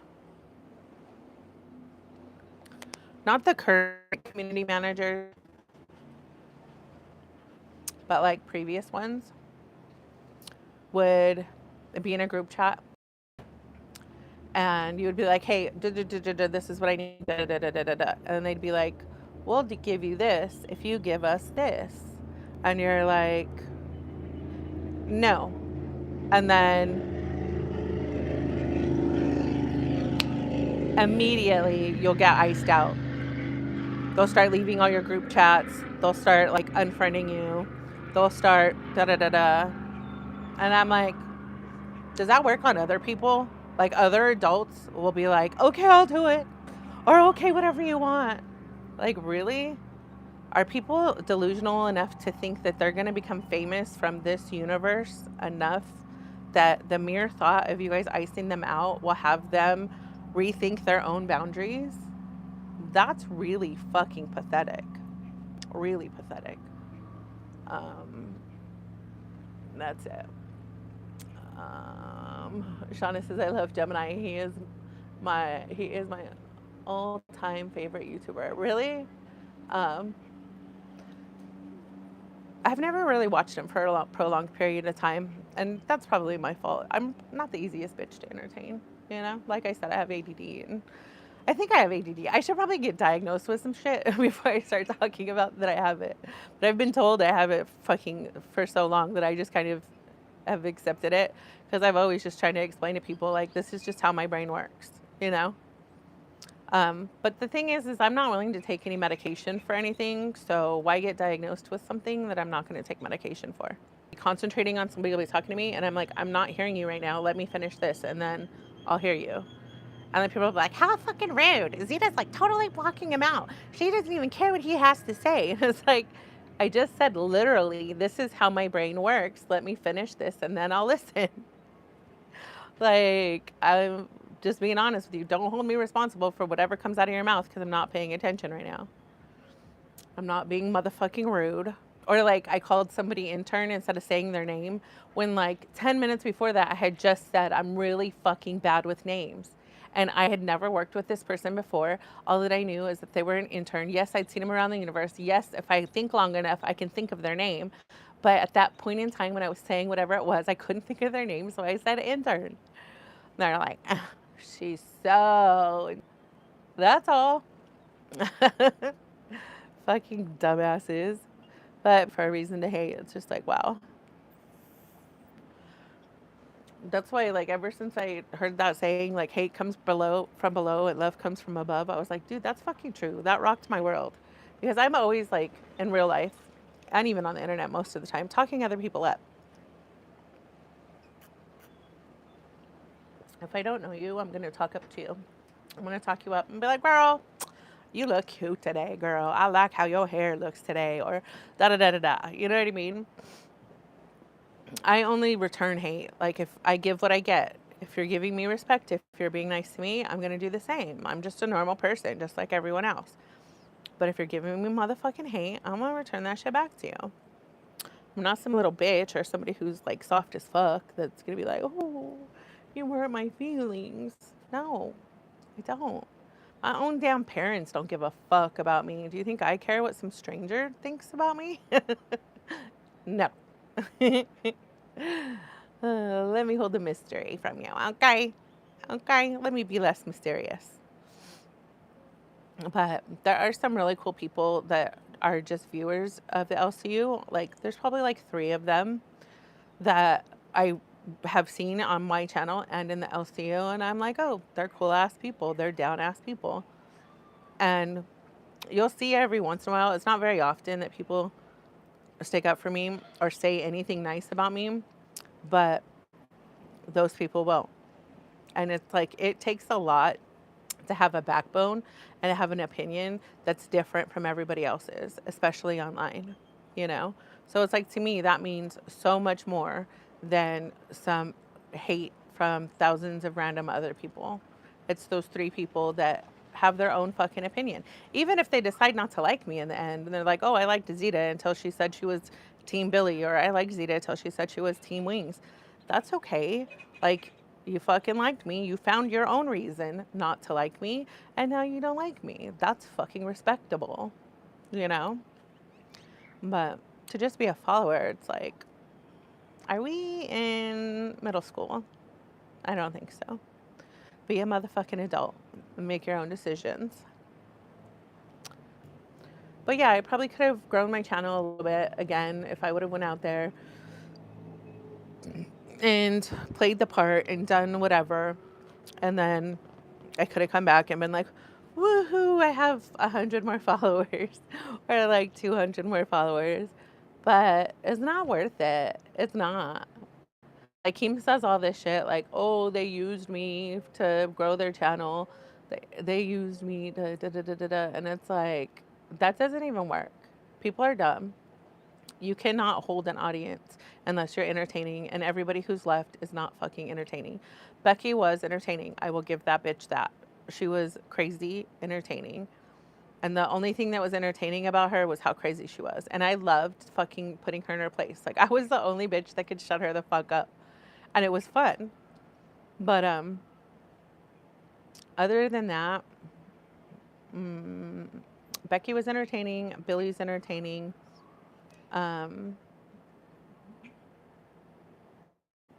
Tommy has that entertainment factor to where he's just, of course, Keem's entertaining. Brantley's entertaining too. I wish that Brantley wasn't who she is, because Brantley's fire. Like, Brantley can talk shit and she's funny about it. She's a good time. Brantley actually reminds me a lot of me when I was in my 20s. And even my wife said that too. She's like, dude, she's a lot like you were. Like, yeah, I know, right?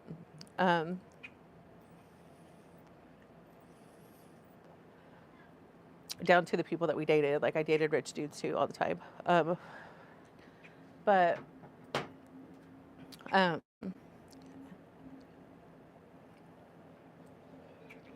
Desi will be entertaining when she gets over her stage fright. Like, she's really entertaining. She's really funny. She pushes boundaries, which you need to be when you're like a comedian. And Billy's barely there anymore. I think Billy could be successful on his own, and he knows that. And I think that the only thing holding Billy there is, one, his heart. And I don't mean literally. I mean, he cares a lot about a couple people that are over there. And I think that's the only thing keeping him there right now. I can't believe he drove all the way there. I didn't think he would. Because that's a hard drive, especially at that size. It's rough. When you're a fatty, like, your blood doesn't circulate the way it's supposed to. And when you're sitting down, your feet swell up. It's so painful. It's not a good time. And then you also have bathroom issues. It like sucks going to the bathroom. You gotta, like, it depends on what medications you're on, but you gotta, like, make sure you stop early enough or you might shit or piss yourself. It sucks. So I told his ass, I'm like, I'm not going. I was like, yeah, I'm invited, but I'm not going. I was like, we're gonna be on vacation if you want to stop on your way back. But it's kind of out of the way for him to go back on his way back. So I know he won't come, but he was like, I'll see. I'm like, yeah, right. No pressure. No worries.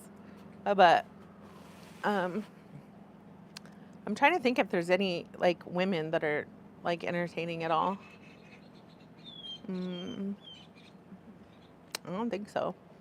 What's crazy is Tina can be funny, and she can, but it's got to be, like, under the right circumstances. It's got to be around people she really likes, and you have to carry the but yeah. Otherwise, she's just redundant, and she loops. And if she was with the right person, maybe they could bring it out of her, but I don't know. Gigi just fills time, and she fills dead air, and she can keep the show, like, focused.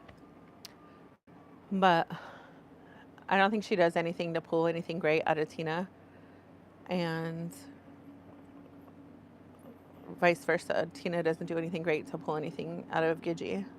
It's just the same thing over and over, which is fine. I mean, their core audience is like mid 30s female to mid 60s female. And it's a bunch of housewives that are staying at home taking care of their kids, or disabled parents, or disabled kids, or whatever. And they're fine with watching the same thing every day. So, but that's really it. That's really it. But yeah, if I participated in the LCU, that was what I wanted to do, was do basically what my channel is supposed to be,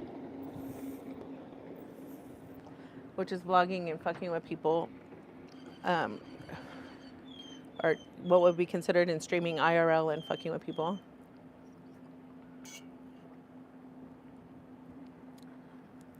So that's why I wanted somebody who could run OBS as well, so that our goals could be cool shit, you know? Like doing Mario Kart IRL with my Razor. Like, you know, telling you guys where I'm at. You guys could Google it and find shit and then be like, bitch, find this. You have this long to find this. Hey, El Diablo, welcome back.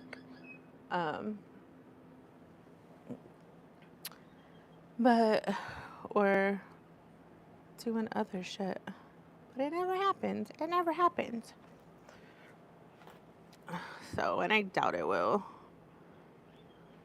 You know, my wife has always brought up like the good points where she's like, I'd rather you, to be honest, okay, let's fucking be honest about the situation around here. Bitch, don't tell me I got the fucking skin cancer now. For a place that you're going to get fired from monthly, and you don't, and that's the thing, like, I don't have to work anymore. You know what I mean? I worked and I did my thing. And that, when I was working, I used to get offers all the time. And you can believe me or not, but I was like, from the time, it actually started when I had just finished college. I got my first offer from a comedy manager. I forget her name now. It was like Karen Wen or something like that. She was Karen Tien or something like that. It was like a weird last name. I could probably find my old email account and figure out what it was, but she was Margaret Cho's manager at the time. And I had met her because I emailed her because I wanted Margaret Cho tickets. And so I had watched the fucking internet at the place. She was going to be at UC San Diego, I think it was. So I had emailed her and I was like pissed because I checked daily for these tickets to open up for sale. And I was checking and checking and checking for months straight. And then finally they went from pending to the public to a private screening. And I was pissed. So I emailed the box office. And I guess they passed the email on to her comedy manager. So she emailed me back and she was like, bitch, you are hilarious as fuck. She's like, can you send me headshots and I'll have tickets for you at will call. How many do you want? And I was like, 4. So, and I sent her, I was like, I don't have headshots. I'm not in the business, but here's some pictures of me. So she's like, okay. So I went and I picked up the tickets and they had backstage passes. And I was like, I'm not like that. Like, I don't swoon, or I am like, no. We left. And then I got an email from her and she's like, if you are willing to go on the road, I could put you to work like the middle of next month. I guess there was a tour that she wanted to put me on, opening for, I don't remember who it was. And I can't remember who it was. She was like, I really think you have what it takes to make it. Like, you just need to tell some stories, blah, blah, blah, blah, blah. A lot like you did in your email to me. Be specific, da, da, da, da, da. And you could do it. And I was like, lady, I just finished college, have kids. I am about to start my career. I cannot leave at the time, Marina was my fiance, and my kids to go pursue like something that I should have probably not invested energy into college. You know, if I was going to do this, I would have done this. Like, I've already kind of invested all this time, energy, and money, and I'm finally at the point to where I can start working and making money for sure. And she was like, well, if you ever change your mind and you're willing to starve on the road for, a few months at a time, let me know. Like, okay. And I just moved on with my life. So there was that occasion. And then we went to, probably like a year later, we went to, I don't know if you guys have ever heard of it, but it's called like Dick's Last Resort. It's like the restaurants where the servers are rude to you on purpose and it's funny. So because I have that sense of humor anyways, I kept taking it a step further with them. So we're there just eating, just having fun with the freaking staff or whatever. They're coming over and they're like, you guys are such a good time, blah, blah, blah, blah, blah. This guy comes up to us and he gives me his card and he's like, I own, I don't remember the name of it. I want to say it was like Coyote something and another bar on the strip. Please come hang out with us tonight. Da da da da da da da da da da da. I have like comedy nights and da da da da da. I'd really like for you to like drop in. Da da da. I'm like, yeah, I don't know. I don't know about all that. So there was that. And then there was another time in Palm Springs where this guy was like, oh my God, you're hilarious. I write movies. Da da da da da. Are you in the business? I'm like, no, I'm good. Thanks. And so there's just been numerous times to where like I've been told and to when agents have like wanted to sign me or whatever. And I'm just like, I'm good. Because I am like wild and crazy and I like to have fun and I don't care who's watching. Like I said, I don't have that I give a fuck bone.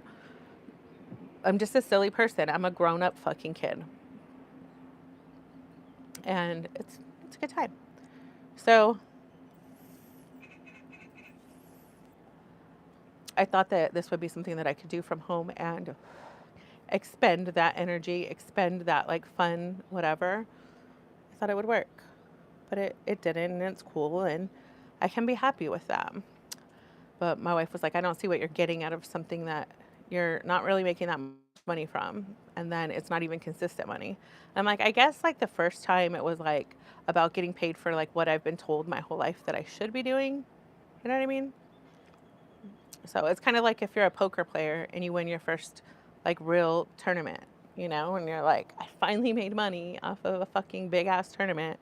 I'm finally doing like what I wanted to do. So that's all that the LCU ever was/is for me. I was like, okay, I made money doing it and it's over. Like, it's not what I thought it was. It's not fun anymore, you know? And like the only person who has the power to make it fun is Keem, because whatever Keem tells the audience that you are is what the audience believes. Like if Keem wants you to be a star, you're going to be a star. If Keem wants you to be well received, you're going to be well received. Like Sweet Tea, for example.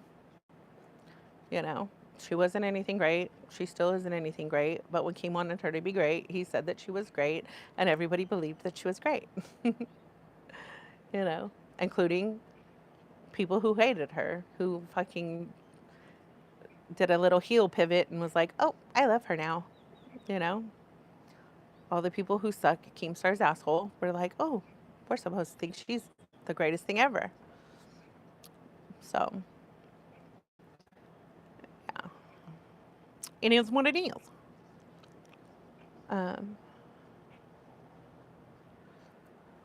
So, yeah. So every time I have a bad experience, I'm like, yeah, fuck that place. And then it'll be like the tiniest little inkling, and I'm like, I want to go back. I want to go back. So, but like even this time, I didn't think I would hear anything or see anything or even become a topic of discussion. I think I'm probably always going to be a topic of discussion because I was well known like in the beginning of the universe, Fat Camp 1. Actually, during Fat Camp 1, my very first day that I was there, had I not gotten sick, things would have been a lot different. And that's another thing. Like, why are you fighting what it isn't meant to be? Because, dude, I fucking got sick. I got fucking cancer. I found out I had cancer. Like, that's a crazy thing to happen after your first show day, you know? Shauna says, I'm going to get off here. It was good seeing you live. Keep up the good work. Thank you, Shauna. Hopefully I won't be just boring and chilling and sitting next time you see me. Hopefully we'll be doing something fun, you know? I think tomorrow I'll stream either from the boat or the Razor. Depends on what we do. The wind's kind of not that bad right now. Maybe we will get the Razor out for a little while and go play. But thanks for hanging out, Shauna. I appreciate you for being one of my 2 viewers.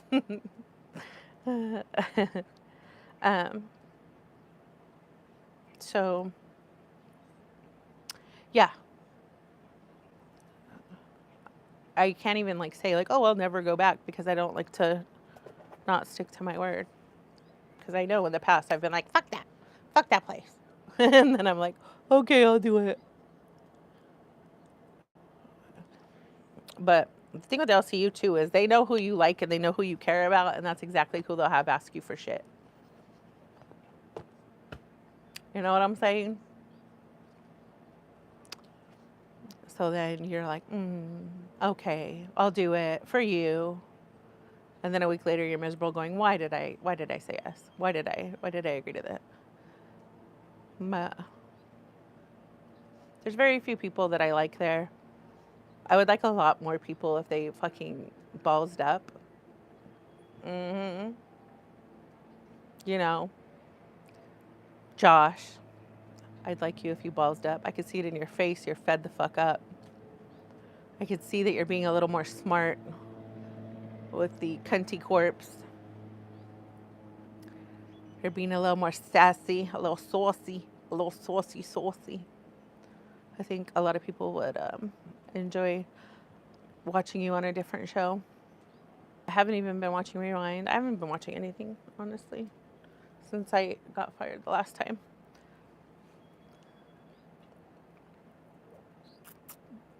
I checked in to see how fat camp was, but it was boring. And I checked in a few times, like just at night when I would go to put on something to watch to fall asleep to. And then that was it. And then I started getting calls asking if I was going. So there's that. Hence why they came up again on my channel. But no, I'm not going. There's the answer. I'm not even thinking about it. I wouldn't even waste the last week of my vacation to do it. I have my boat in the water. I love it so much. And honestly, it's going to take probably a couple days to pack this fucking site up. I'm going to probably take my boat out of the water on Friday. And then I'll go take it back to Havasu. And then I'll probably leave here over the weekend. I don't want to see the jet ski races that are happening. And I don't want to be on the water during the jet ski races that are happening. So I would plan on a lot of content coming from after this week. My California house, my pool. Probably going to start walking with you guys again in the mornings. I feel like that's probably what I'll start doing. Maybe. I don't know. It's kind of hard to walk with you guys because I like to take Debo, so Debo gets the exercise too.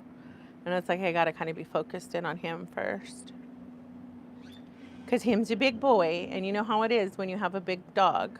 All the little dogs and all their little owners, the little dogs will be off a leash, and the little dogs will run over to mine, and then they freak the fuck out. I'm like, he's friendly. If you freak out, you might make your dog not be friendly. And then that's going to be a problem. Let's be calm, Karen. Calm your shit, Karen. I live around a bunch of rich-ass old white people. You think fucking Zita in the LCU was entitled? Bitch, let me tell you about some of my neighbors. That's something. So it is what it is. So that's it for now, guys. It looks like my microphone's oh, I think that's just this part. Let's see if I can change it out. Uno momento, por favor.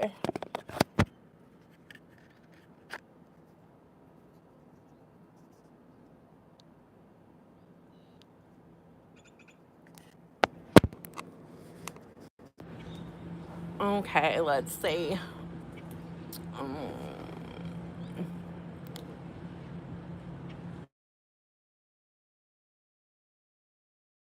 Oh, test, test, test, test. Okay, let me turn this one off.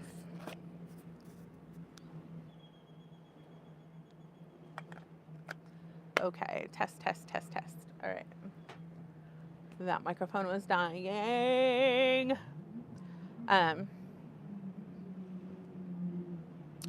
So yeah, if you guys have any ideas on what with me to, what is that? That's like a tiny little boat. Oh, there's another one. What the hell are those? They look like sub 20-foot boats. They're not Sea-Doos. Anyways, if you guys have anything that you guys want me to cover or like talk about or do, or something that you've always been like, I wish a streamer would do this, hook a bitch up. Because TBH, I'm not the most creative person, but I do have creative people around me. So I'm always like, give me some ideas. So that way we could do some shit that y'all will be excited about. Because I literally have to plan some things. Because just like everybody else, I get boring and I get bored. I get bored real easy. Chances are I'm going to get bored before you guys are bored. Like, I've already been bored for like a good hour, but I've still been out here rambling, just giving it a go. Giving it a little go, giving you guys some of my time. So, that's that. Our neighbors took their boat. This river, because of the drought and stuff, it gets low along with all the lakes. And so I only go like on certain parts of this river where I've been before, where I know it doesn't get too low. And so they were like, oh, you can go a little further than that. You can go like the right side of the river when you hit this restaurant, and then you go to the left side of the river when you hit this bar, and then you can go down to this far, but then you're gonna want to pay attention. I'm like, or I can just go to the freaking areas I'm used to and not worry about it. But they were like, we're leaving. If you guys want to go with us, we could show you what we're talking about. And I was like, thanks for the invite, but no thanks. You know, I'm like, I have an old lady brain. I'm not gonna remember. I think I have the brain of like a 70-year-old with dementia, just not remembering things like it used to. I think it's a lot. I think it's both. So it is what it is. But yeah, all that rambling to say, no, I'm not going to fat camp. I can't say that I'll never go back to the LCU. I can say that I can if I want to. I could have actually stayed after my last firing. I think he asked if I wanted intern or intern plus or whatever the fuck it was, and I was like, that's funny, Keemstar, because you must have forgotten that you made me a permanent intern. So I was like, a dub for you for firing me like a few days before you called off the blood sports. So now there's no host attacking us. And then you want to come at me. I never wanted an intern from the beginning. That's why everybody thinks I'm so fucking entitled. Because in my mind, before there were interns, I was doing intern shit. Yeah, I was on shows because that's what you were told before interns existed. You pop up on panels, you hang out with people, you let them know your personality, and then if you get hired, you get hired. Well, I did that. I popped up on shows. I got hired. I never was actually told to start as a paid employee. I was given the host role 3 different times because supposedly I was hired and then it didn't happen. And now you want me to go back to intern? No. So I said no. And that's all it was. So I'm pretty sure he would want me to go back to intern before he made me host it again. And that answer is never going to change. And it's funny because if you're a dude and you want to fucking negotiate with him, he's fine with it. But if you're a female and you give him any kind of sass or any kind of negotiations or any kind of counter offer, he's like, fuck, who the fuck do you think you are? Oh, if you're one of the boys and you game with him and you have fucking standards and you say no, it counts for something.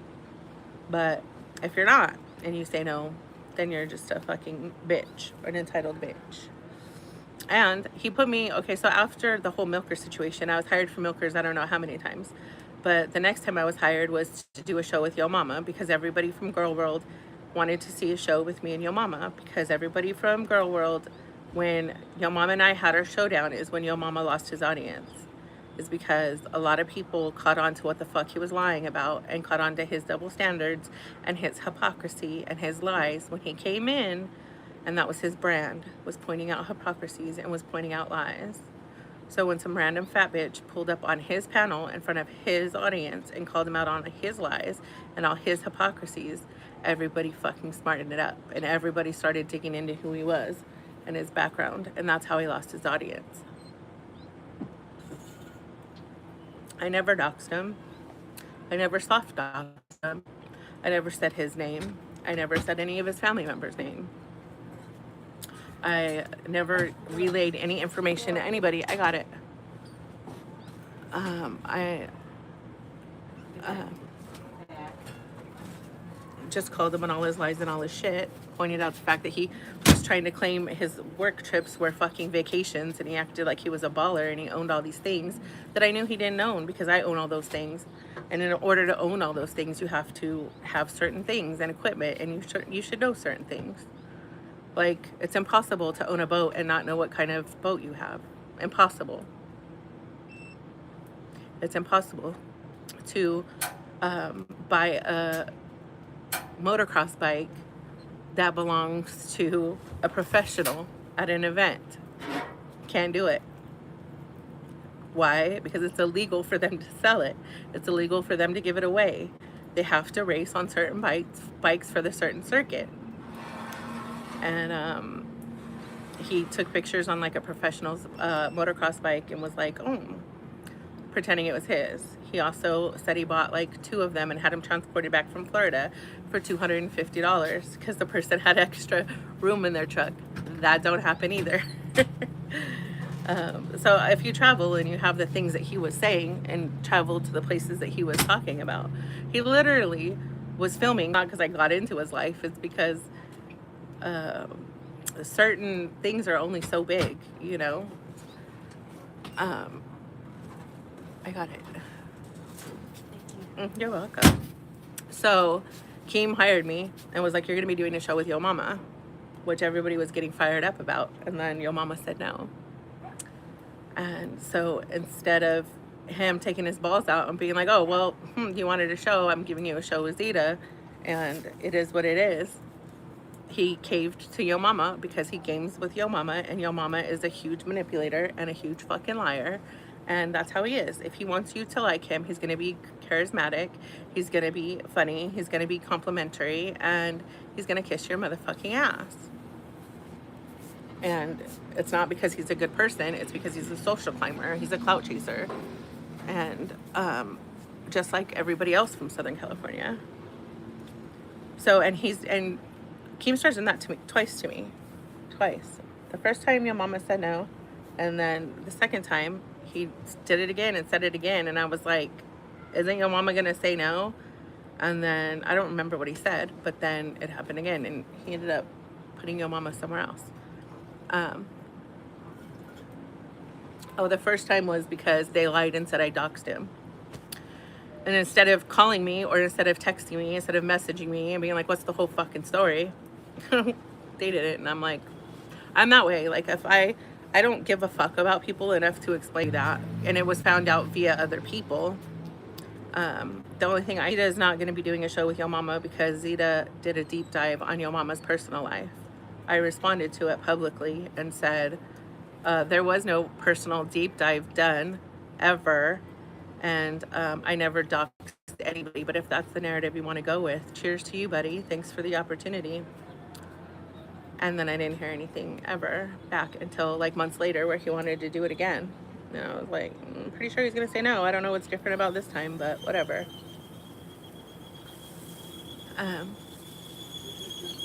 So, and I figured Keem is smart enough, because they say Keem knows fucking everything that goes on the internet. I figured Keem is smart enough to get the last laugh, but you never motherfucking know. I don't know if he's ever like seen all the shit that Yo Mama has said about him with like Becky in Yo Mama's chat. You know, saying all this shit about how he's gonna use Keemstar to make the fights and this and that and da-da-da. And I had started making like a goodbye to the LCU video, and I had included all that shit, but I'm like, I've never this far on my channel talked about that motherfucker. Why should I start now? So like, it'll be interesting to see how that situation ends, but from what I see now, like, it's not benefiting Yo Mama at all. Like, he's getting moved here, there, and everywhere, and he's still not anything great. His numbers still aren't. I want to be here because I want people to see how talented I am. I'm way more talented than Girl World. I want to show Yaba, who's the host of the YouTube Underground, how talented I am, and that I am way more talented than just Girl World. And it's like, okay, motherfucker, well, let me tell you something. You're in the LCU. You are given prime time in the LCU. You get a fucking redirect in the LCU. And your numbers are still not the YouTube Underground's numbers. She still outdoes you in views and for damn sure in money, because guess what? She ain't making Keemstar rich, baby doll. She gets to keep 100% of that check. YouTube takes their 30 and she goes home with the other 70, bitch. So you got Keemstar taking 50%, you got Glammy taking 25%, and then you gotta save 13% of that for taxes. When you gonna win, honey? You're out there trying to freaking win a war. You can't win in that network, bitch. Yeah, but still daddy. Yeah, but still daddy. So, that smells good. What are you making? Philly cheesesteak? No, I'm gonna make some enchiladas. Oh. Not enchiladas, quesadillas. Oh. Do you want to show the people? No. Yes, you do. No, I don't, babe. No, I'm not. Are you going to cry? No, I just You. want to. It looks like you're crying. I'm not crying. I can't put the camera on your grill? No. Oh my God. Oh my gosh. Oh my God. She gonna cry. She gonna cry. We don't want her to cry today. I'm not gonna cry. I'm not prepared for anything, and I don't want to. What are you doing over there? Are you gonna poison me?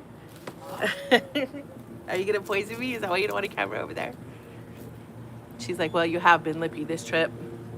I wouldn't mind if you slept in extra. Take your sorry ass to bed.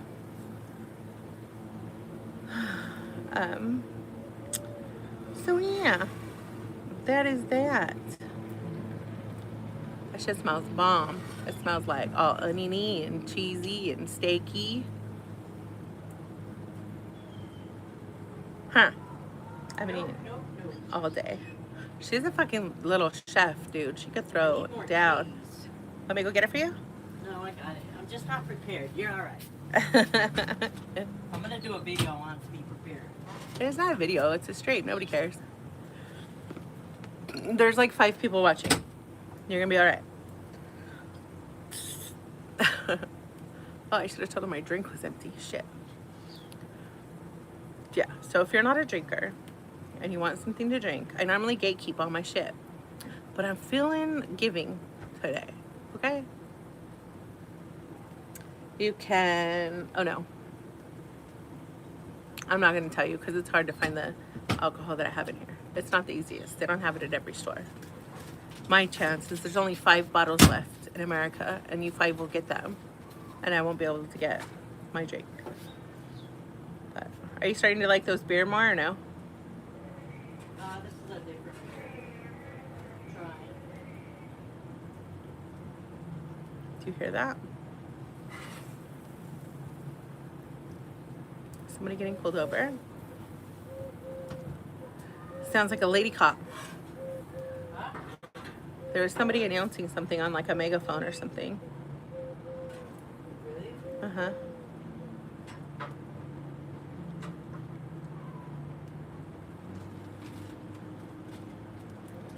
Anyways, I'm just like heating up leftover meat, so not anything spectacular, you know what I mean?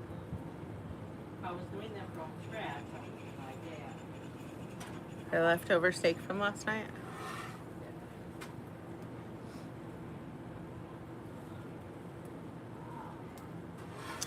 Those steaks that Jordan made were a fucking bomb. It seems like he uses the same seasoning you do.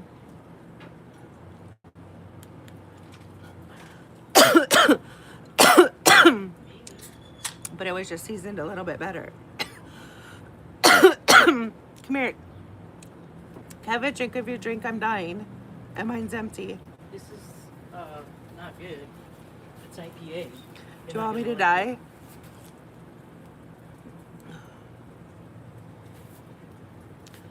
Ugh, Want me to get you something to drink? that's so gross. You were I right. told you.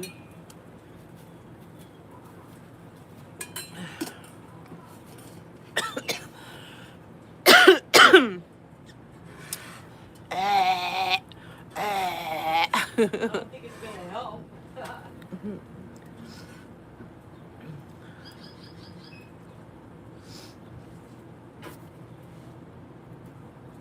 good?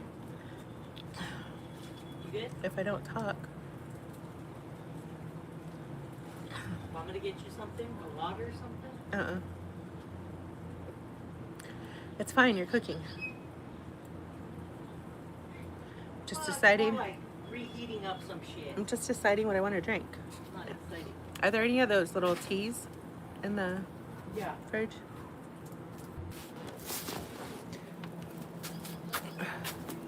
I'm just reheating up meat, so that's why I wasn't excited about anything, but pretty much it. Leftover carne asada.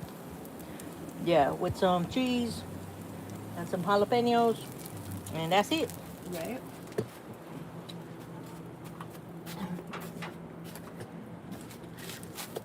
Okay. Anyways, guys, you heard the lady. Like I said, I'm fat. She's making food. So that means I got to go. I got to go eat my damn dinner. I think we might go for a ride. Now, babe? The wind's not too bad. Yeah, I'll probably stream that. So there's a plan. Hey, what's going on with my thing? I just realized we might not have audio. Because this died. I don't know why it died, but it did. Okay, so it is what it is, guys. I'm fat. Dinner's almost ready. So I'm gonna go eat, and then we'll probably stream. That includes putting the satellite on the Razor, babe. Do you want to do that or no? Okay. So we might stream while we're writing, just so you guys could help us out in case fucking two fatties become lost in the desert. I did buy a GPS though for this trip because I was like, we're going to someplace where I don't know the trails. The other place in California, we had learned the trails from our friends, and not even all of them because we couldn't find 2 of the cool places that we wanted to go to.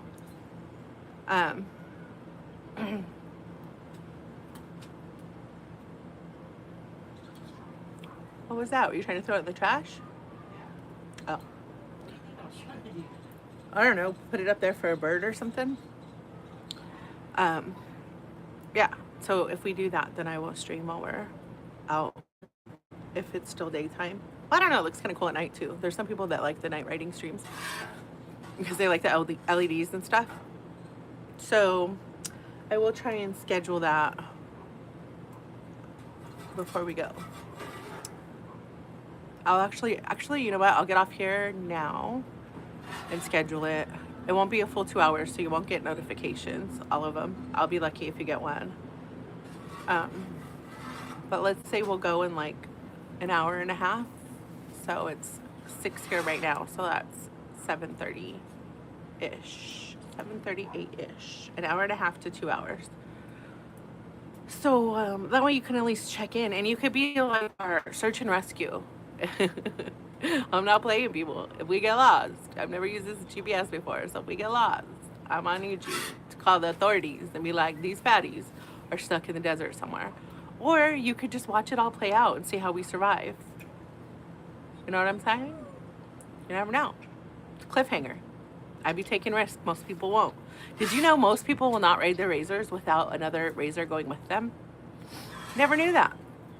Till recently. Till after we've gone on plenty of solo runs, huh, baby? So, that's fine. We'd survive. We might be a little hungry. We might lose a little extra pounds, but I mean, that's fine. That's fine, right? Okay, guys, I'm gonna go fucking eat, and then I'll see you later for a little run. I will see you when I see you. Peace.